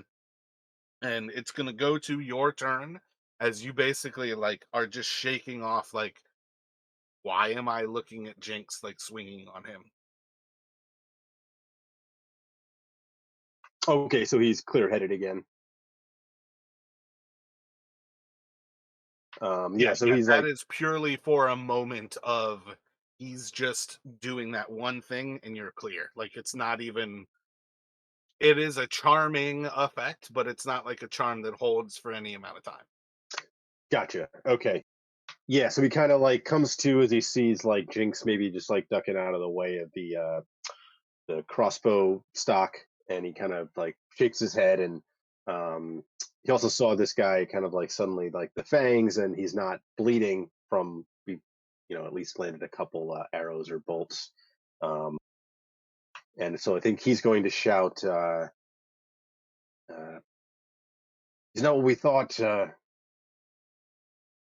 think he's beyond us." But otherwise is going to I think he's going to instinctively start to kind of like back away, even as he's hurriedly loading another bolt and trying to fire at him with his crossbow. So it'd be an 18 for that hit, so it would be a 6 non-magical piercing. Gotcha. Another hit into him, another pincushion kind of sticking through him. I think right now he's got 3 arrows and 2 bolts kind of sticking through his flesh. If that is all from you, it's going to go to Jinx. Yeah, that's all for Dalton. Actually, he's going to back away a little bit more. I think he can get another 5 feet. What are you thinking, Jinx? Oh, sorry, on me? Indeed. Okay, I guess I'm gonna try one more time. I'm gonna like I guess I'm pretty close to him right now, so I'm just gonna like cut my hand and like throw some like blood at him. And as I do, I'm gonna try one more time. And what was it? Lothian was the god's name. Yeah, Lothian is like the god of the empire. All right, I'm gonna as I do just yell, "In the name of Lothian, I rebuke you!" And I'm gonna try to do Bane on him one more time. So on that one, you are going to feel as your spell kind of like sinks around him and starts to like bind into his like ethereal form. The magic has set. All right, so I'm just gonna say, I can feel our connection, and I'm going to Bardic Inspiration Malchin again, and then I am going to move. Gotcha. What are you thinking, Malchin, as you gain this inspiration? You I don't ever really know how much you see about spells kind of sinking into somebody. But theoretically, like you can see at least a little bit of kind of a physical change as Jinx kind of mutters this. What is Malchin thinking while you're still like being gripped by that hand? You're technically still grappled and restrained. Attacks against him have disadvantage. Yeah, I think I'm just gonna. I can still draw my swords, right? If I Yep. restrain. Yeah. I'm just gonna draw and if I can try to attack him. Yeah, I'm just gonna do that. See if I can get some damage on him as he's holding me. Gotcha. So as you go to attack him, these will be at disadvantage. Are you holding off to make a second attack with your bonus action, or do you want to do something that like applies like Hunter's Mark or something with your bonus? What are you going for first? Yeah, I'm gonna put Hunter Smoke on him just to Gotcha. sure. So that is 26 to hit. At disadvantage? Hell yeah. Solid hit there, as you smash into him. So your damage plus a d6 from Hunter's Mark, and I think because he's already wounded, you can do your actual like other hunter thing. I don't think it has any action economy, right? Yeah, no, it's just the first attack that hits if it's wounded. Yep. So how much are you dealing? I am dealing a total of 12 damage. Non-magical. So all of these attacks are having less effect than you would hope on him. As again, you guys are kind of coming to recognize like traditional physical weapons are just lacking a little bit. Um, but Malchin, as you sink those into him, it's gonna go to. I wrote Bane on Malchin. It's gonna go to Mithranis. I do get 3 targets technically.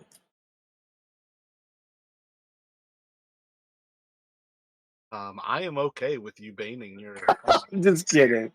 Um, so let's see. Mithranis, guess she would fall prone where she is.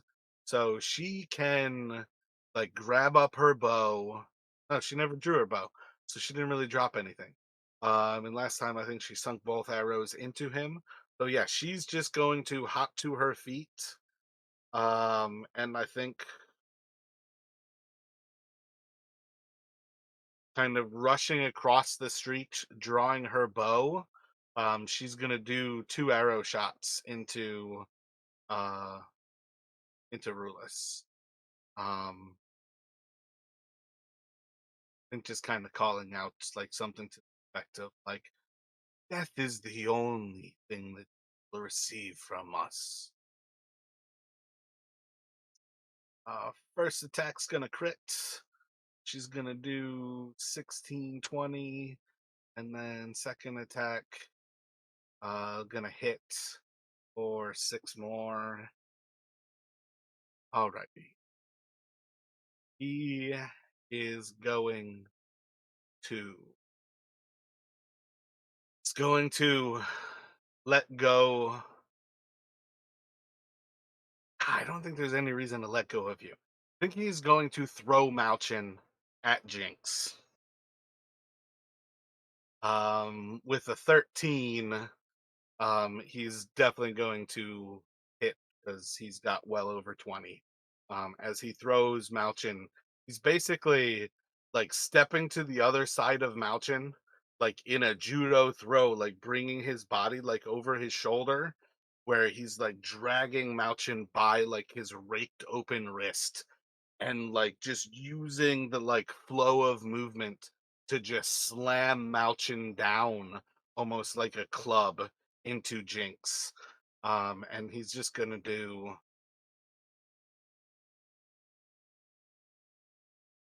uh him that's still 11 damage to Jinx as he slams Malchin down on top of you.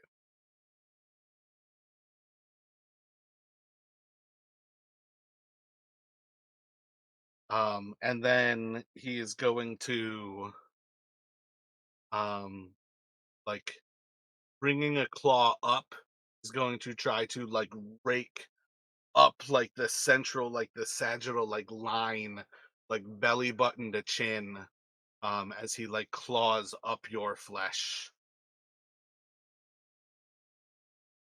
With a big old nat 1, he's gonna miss. With an 11 to hit you. And then he is going to, in like a yell of rage, he's like, "You fools! are outclassed. I wonder if you're worthy of. And as he says food, he's going to try to bite into the neck of Jinx. And he should succeed with a 28 to bite you. I guess I'm gonna go ahead and silvery barbs that.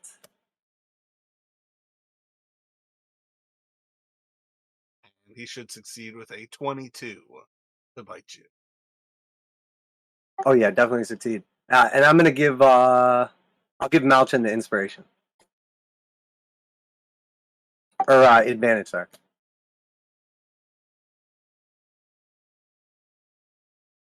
All right, so he's going to do 9 piercing damage as he bites into you. Damn, one off of fucking maximum.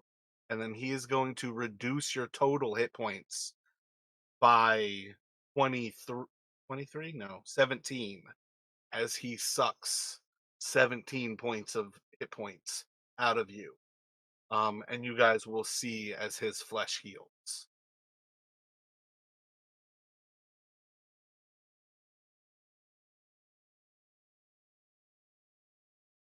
Does that drop you to 0 hit points? No, I'm still up. Good. So yeah, he's going to just like bite into your like the nape of your neck, and you guys are going to see as like slash marks and like arrows all start to almost like fall out of his flesh as his flesh like heals from within. And then it's gonna go to Dalton.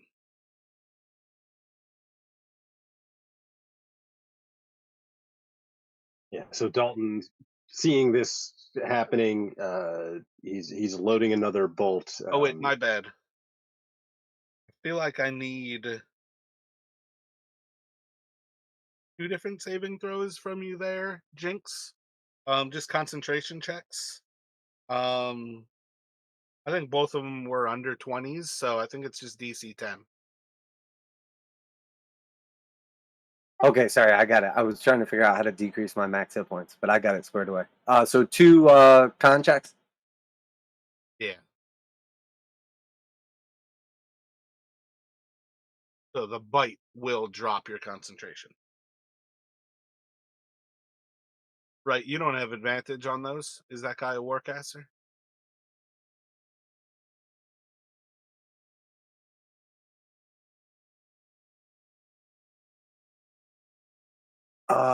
I didn't actually do my feat yet. Like we just leveled up, and I didn't actually do any of that stuff. So,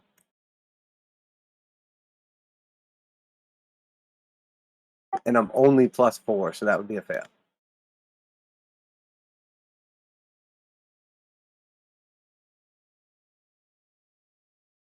Gotcha. Were you thinking about making him a warcaster? Do you want to set that in stone to take those at advantage? That would be the first one, basically. If switch to warcaster, but I'm going to have that be what your feat is. Oh yeah, I'm good with that. I never took my starting like feat or ASI either, so yeah, I'm totally good with just having Warcaster be my thing. I keep meaning to do it, and then I completely forgot. All right, so roll another one. That's just the first save. You got 2 more D20. All right, you should be good there. So my bad, Justin. What is Dalton doing? Yeah, Dalton. So seeing him kind of ripping into Malchin and Jinx is he's loading another bolt kind of hurriedly to his crossbow, but he's shouting, "By the light of Lothian, get the hells out of there!" As he tries to. He's shouting that towards Jinx and Malchin, and otherwise firing another bolt into this guy from here.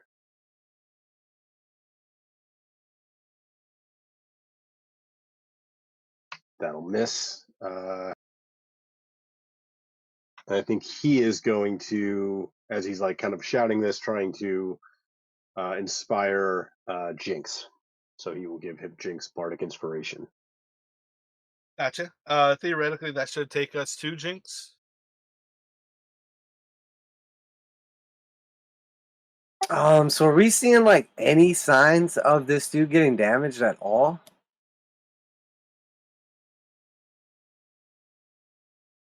From feeding on you, he healed probably about half of what you guys did. So does he have wounds? Yes. Is he bleeding? No, not really. And you've seen like the actual wounds to his flesh almost like repair in a pretty similar fashion. Yeah, I don't know. I feel like we're like way outclassed on this.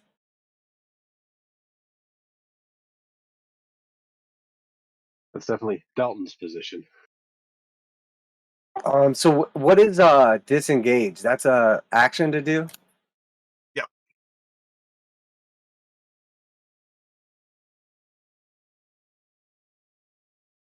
Okay. So I'm gonna reach out my hand to Malch. Is Malchin? He's not grappled or anything now. Like he's free to go and outside of 5 feet. Yeah, well, Mountain is within 5 feet still. He's technically still in combat with Rullus. But like right now, Mountain is not grappled, he is not restrained, but he is prone on the ground. All right. I'm gonna say to Malchin. I guess I'm gonna yell it loud enough for everybody to hear. But I'm gonna say, we gotta get the hell out of here. We're outclassed. And I'm gonna reach down to Malchin. I'm gonna do healing. The bonus action one, healing word. Gotcha. And then you're taking disengage. Yeah, so he'll get 8 hit points total, and then I'm gonna disengage, and man, I don't even know. I guess I'm gonna run somewhere. So I have 30 feet walking. I can basically get back to the circle. Gotcha.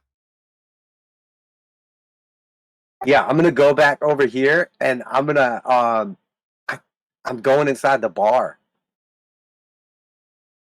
Gotcha.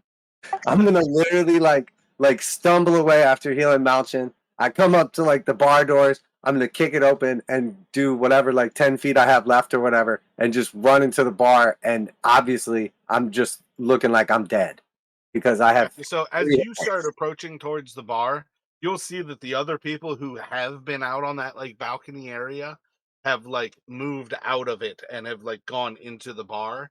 And as you're approaching the actual door, you'll see, I feel like there are windows on like the south and kind of, yeah, I think it's just the south probably. You'll see that they're like faces like filling up the windows in that like southwestern side of the bar. Like there's people watching you, but nobody who thinks that they need to be a part of this. So I guess yeah, the last thing I'll say is as I like walk in or whatever, and we're in this like epic battle, everybody's watching. I'm just gonna like mutter.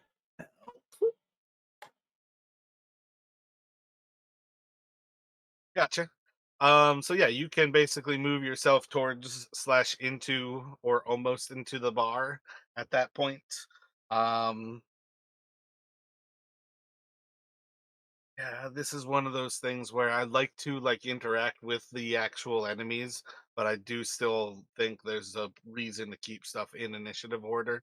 Um, so I think you're getting a reaction out of him as you go, but it's best to kind of hold off here to see. Notchin, what are you doing, sir?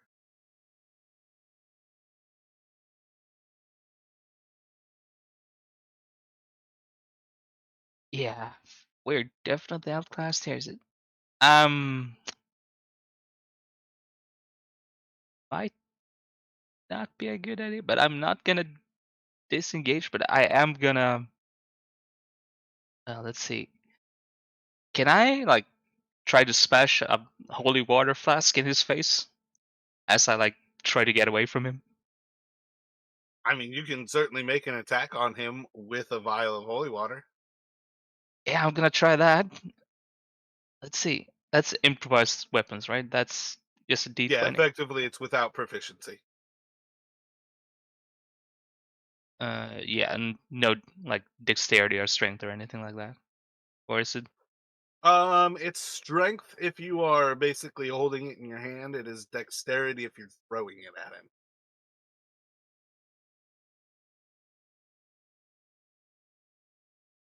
Yeah, and I'm 5 feet, so if I throw it, it's disadvantage. Fuck. Yeah, so if you wanted to clear the space first and get away from him and then like turn and throw it, you can do that. Yeah, I'm gonna do that. So like, try to get away from him as far as I can. Let's see. So as you step away, this is again where he's kind of in the process to already responding to you guys. He is not swinging on you as you step away. Ah, thank God. Well, as I get here, I'm gonna try to throw the flask at him. Let's see. Oh, and I had. All right, I had advantage from the silvery barbs, right? You do indeed have advantage. So yeah, you can throw this with advantage as well.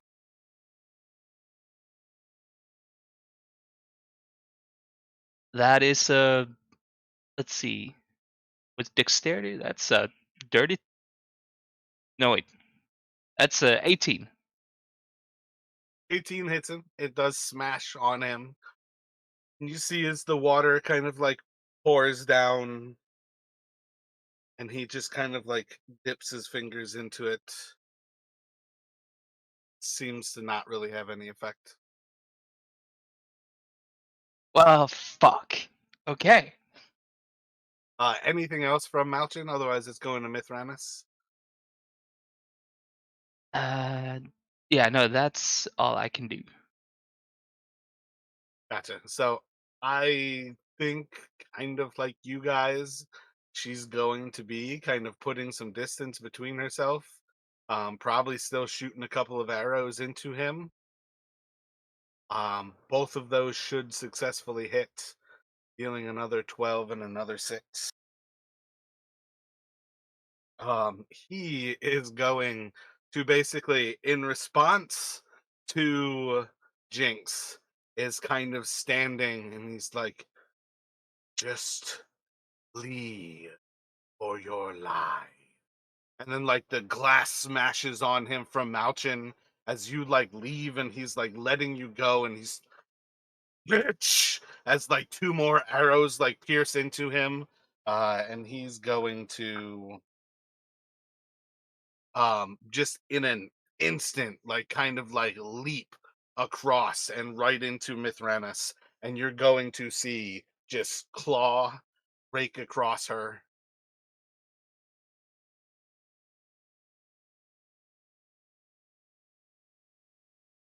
17 will hit. Um Will it matter if I do the bane on him? yeah, roll it. I think a 4 will make it miss. Yeah. It's a So 4. he'll just miss as he rakes across her once with his claws. He's going to make another claw attack. Are you fucking kidding me? Roll Bane. You need a 2. And he'll miss again, and then he's gonna bite into her. I really wanted to kill her as an example to you guys. Fucking Christ! Are you kidding me? God damn it! Fuck! Yeah, he's just gonna leap across and into her, like smashing across and like into these tables, and just like rakes with his claws, like catching one of the banisters, rakes with his other claw and like catches the like wall and like the stone, and then he like goes to bite as she like shoves like a part of like the broken table like in front of his jaw. And it's gonna go to Dalton. For a moment, he was gonna let you guys go and he kind of like redoubled the attack. What are you going for here, Dalton? Yeah, Dalton is torn between. He doesn't want to leave his friends behind, but he also is I mean, he's ready to flee. And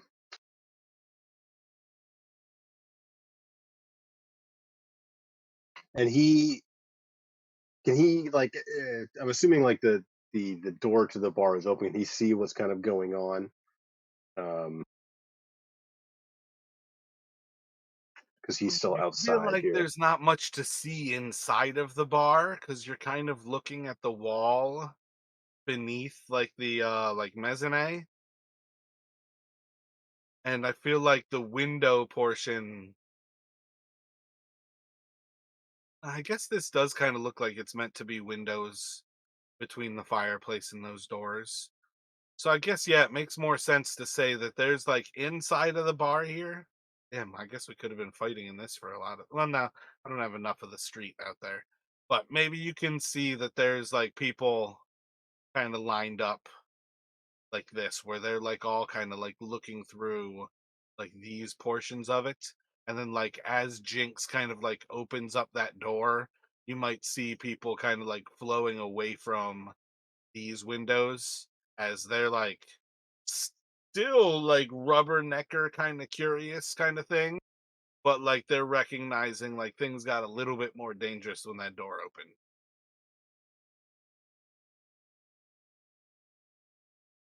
Gotcha. Yeah, I think Dalton is going to he's going to move up to essentially try and get sight on Mithranis and Jinx and Rullus inside the inside here, I guess. And he still wants to flee, but he wants to try and hope maybe I mean, this guy moves fast, but he can't think of anything else to do. He is going to attempt to cast dissonant whispers to essentially force him to try to force him to move and hopefully give his friends time to escape. Is that a charm? No, so it says a deafened creature automatically succeeds. It's essentially a psychic attack with like Yeah, it's discordant. enchantment though, is why.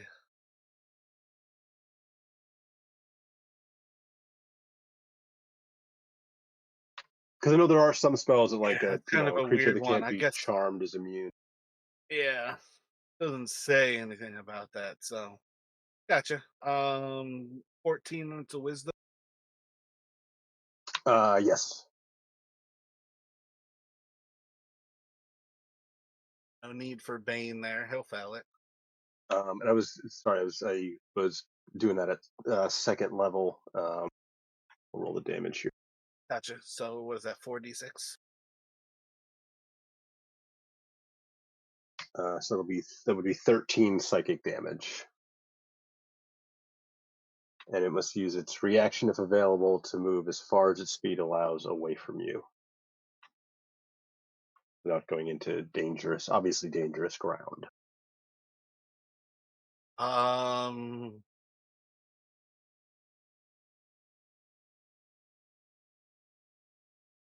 And I don't think it's like frightened, so it could come closer to me first if that means it can get farther away ultimately, I would think, rather than just like going to the end of the bar, for example. But however you rule that is fine with me. yeah, I think as soon as you kind of like start to chant behind him, you're just going to see as he like almost like ducks down low and he's like staring at you from like the height of like where his waist would be, as he's like kind of sinking down low into a crouch position. He's like just giving up this attack against Mithranis as he kind of like spins his head to see you, and you just see like a shriek of pain across his eyes as you're starting to actually like reach out with your spell, and he's just going to leap away from you and cross into that direction where he had been walking. And you'll notice immediately that he leaps into the air, but he never comes down, and he is going to fly up to the rooftops kind of about 30 feet or so away. As he crosses that distance, makes about like 20 or 30 feet up into the air. Um, I don't have the actual map to say, like, I could switch us back to the other one. I don't think it's that big of a deal. We're getting close to the end, and he is not opposed to, like, kind of leaving this. This is one of those things where it was kind of my goal throughout this fight for him to nonchalantly look at you guys as if you were not a threat in the least bit. So most of the time, part of what I was getting at was he never came at you guys with like a full round of attacks. I think he can fly up to there in one turn. Yeah, So I I think that definitely. Oh, sorry. Go ahead. no, you're good. I think he can fly up to that rooftop as you kind of cast that across him.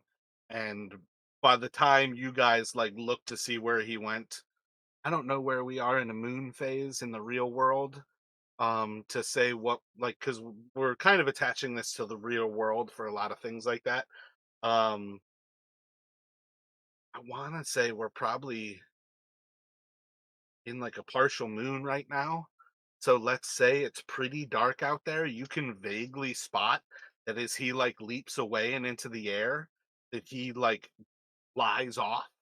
But you're still like not connecting the dots with yourself. Like, did he fly? Did he just leap out into the shadows? Like, he was walking in the shadows before, to where it seemed like the shadows kind of followed him in like a weird magical way. So there's a lot of kind of like tricks of the light kind of feel. But I think as far as things go here, he leaps away with that dissonant whispers, and as far as things go, that's a pretty solid end to the combat here. Um, as far as things go as well, um, high in the next initiative order, there is going to be a group of Sisters of Silence who arrive in this area to see what the commotion is. There are four of them, three females and one eunuch. And the eunuch kind of approaches. We heard calls for help. Is there a commotion here? Is there something happening now? And that's kind of where I think we're going to leave off here. And we'll kind of pick up next week with kind of where you guys want to go there. The Sisters of Silence will do next to nothing in this situation. Had they arrived and there was still something happening, they will act.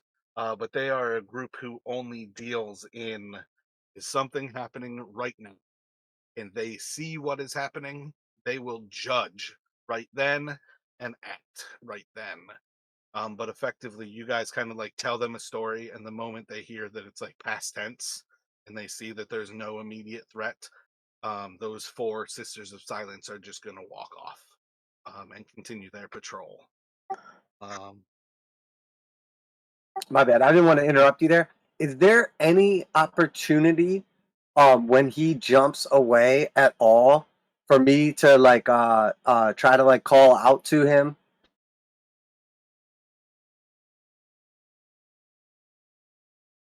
What like well, calling out audibly or like magically? well, I didn't want to like try to cast a spell at him necessarily, but I was hoping more to like do a persuasion check to try to like parlay with him. Like basically I was like hoping to yell something like, "We're no threat to you. Can we talk?" And just yell like parlay or something like that. If not, it's all good. I didn't In want the to moment, Dissonant Whispers does not give him an option. But you can certainly roll a persuasion. I think Dalton, in the meantime, is just shouting once he's done whispering to doing the dissonant whisper, he's just shouting like, "Let's get the hell out of here!" To at the top of his lungs. it's only 13 total. Yeah, I think the weirdest part about all of this is that when Dalton yelled for help, I rolled for City Watch and I rolled for Sisters of Silence. Sisters of Silence heard, and I rolled how long they would take to get there. If he was going to respond, he's going to incur dangers from the Sisters of Silence showing up. So it kind of plays into all around. Like, you're not terribly persuasive there, but also it's hard to say like whether he's gonna respond. But from like your perspective here, there's effectively no response from him. Hell yeah. Yeah, I don't have like message or anything like that. And I didn't want to try to like do like command. I was hoping to actually, but yeah, that's what's up. That's perfect. Yeah, I was just gonna say, I definitely got the impression that he was just toying with us. Like he could have ripped all four of us apart with pretty little effort if he really wanted to.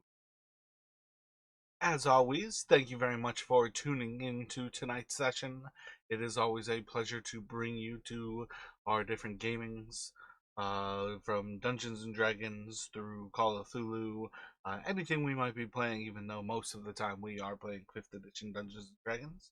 It's always a pleasure to share tabletop role playing games with those who are near and dear.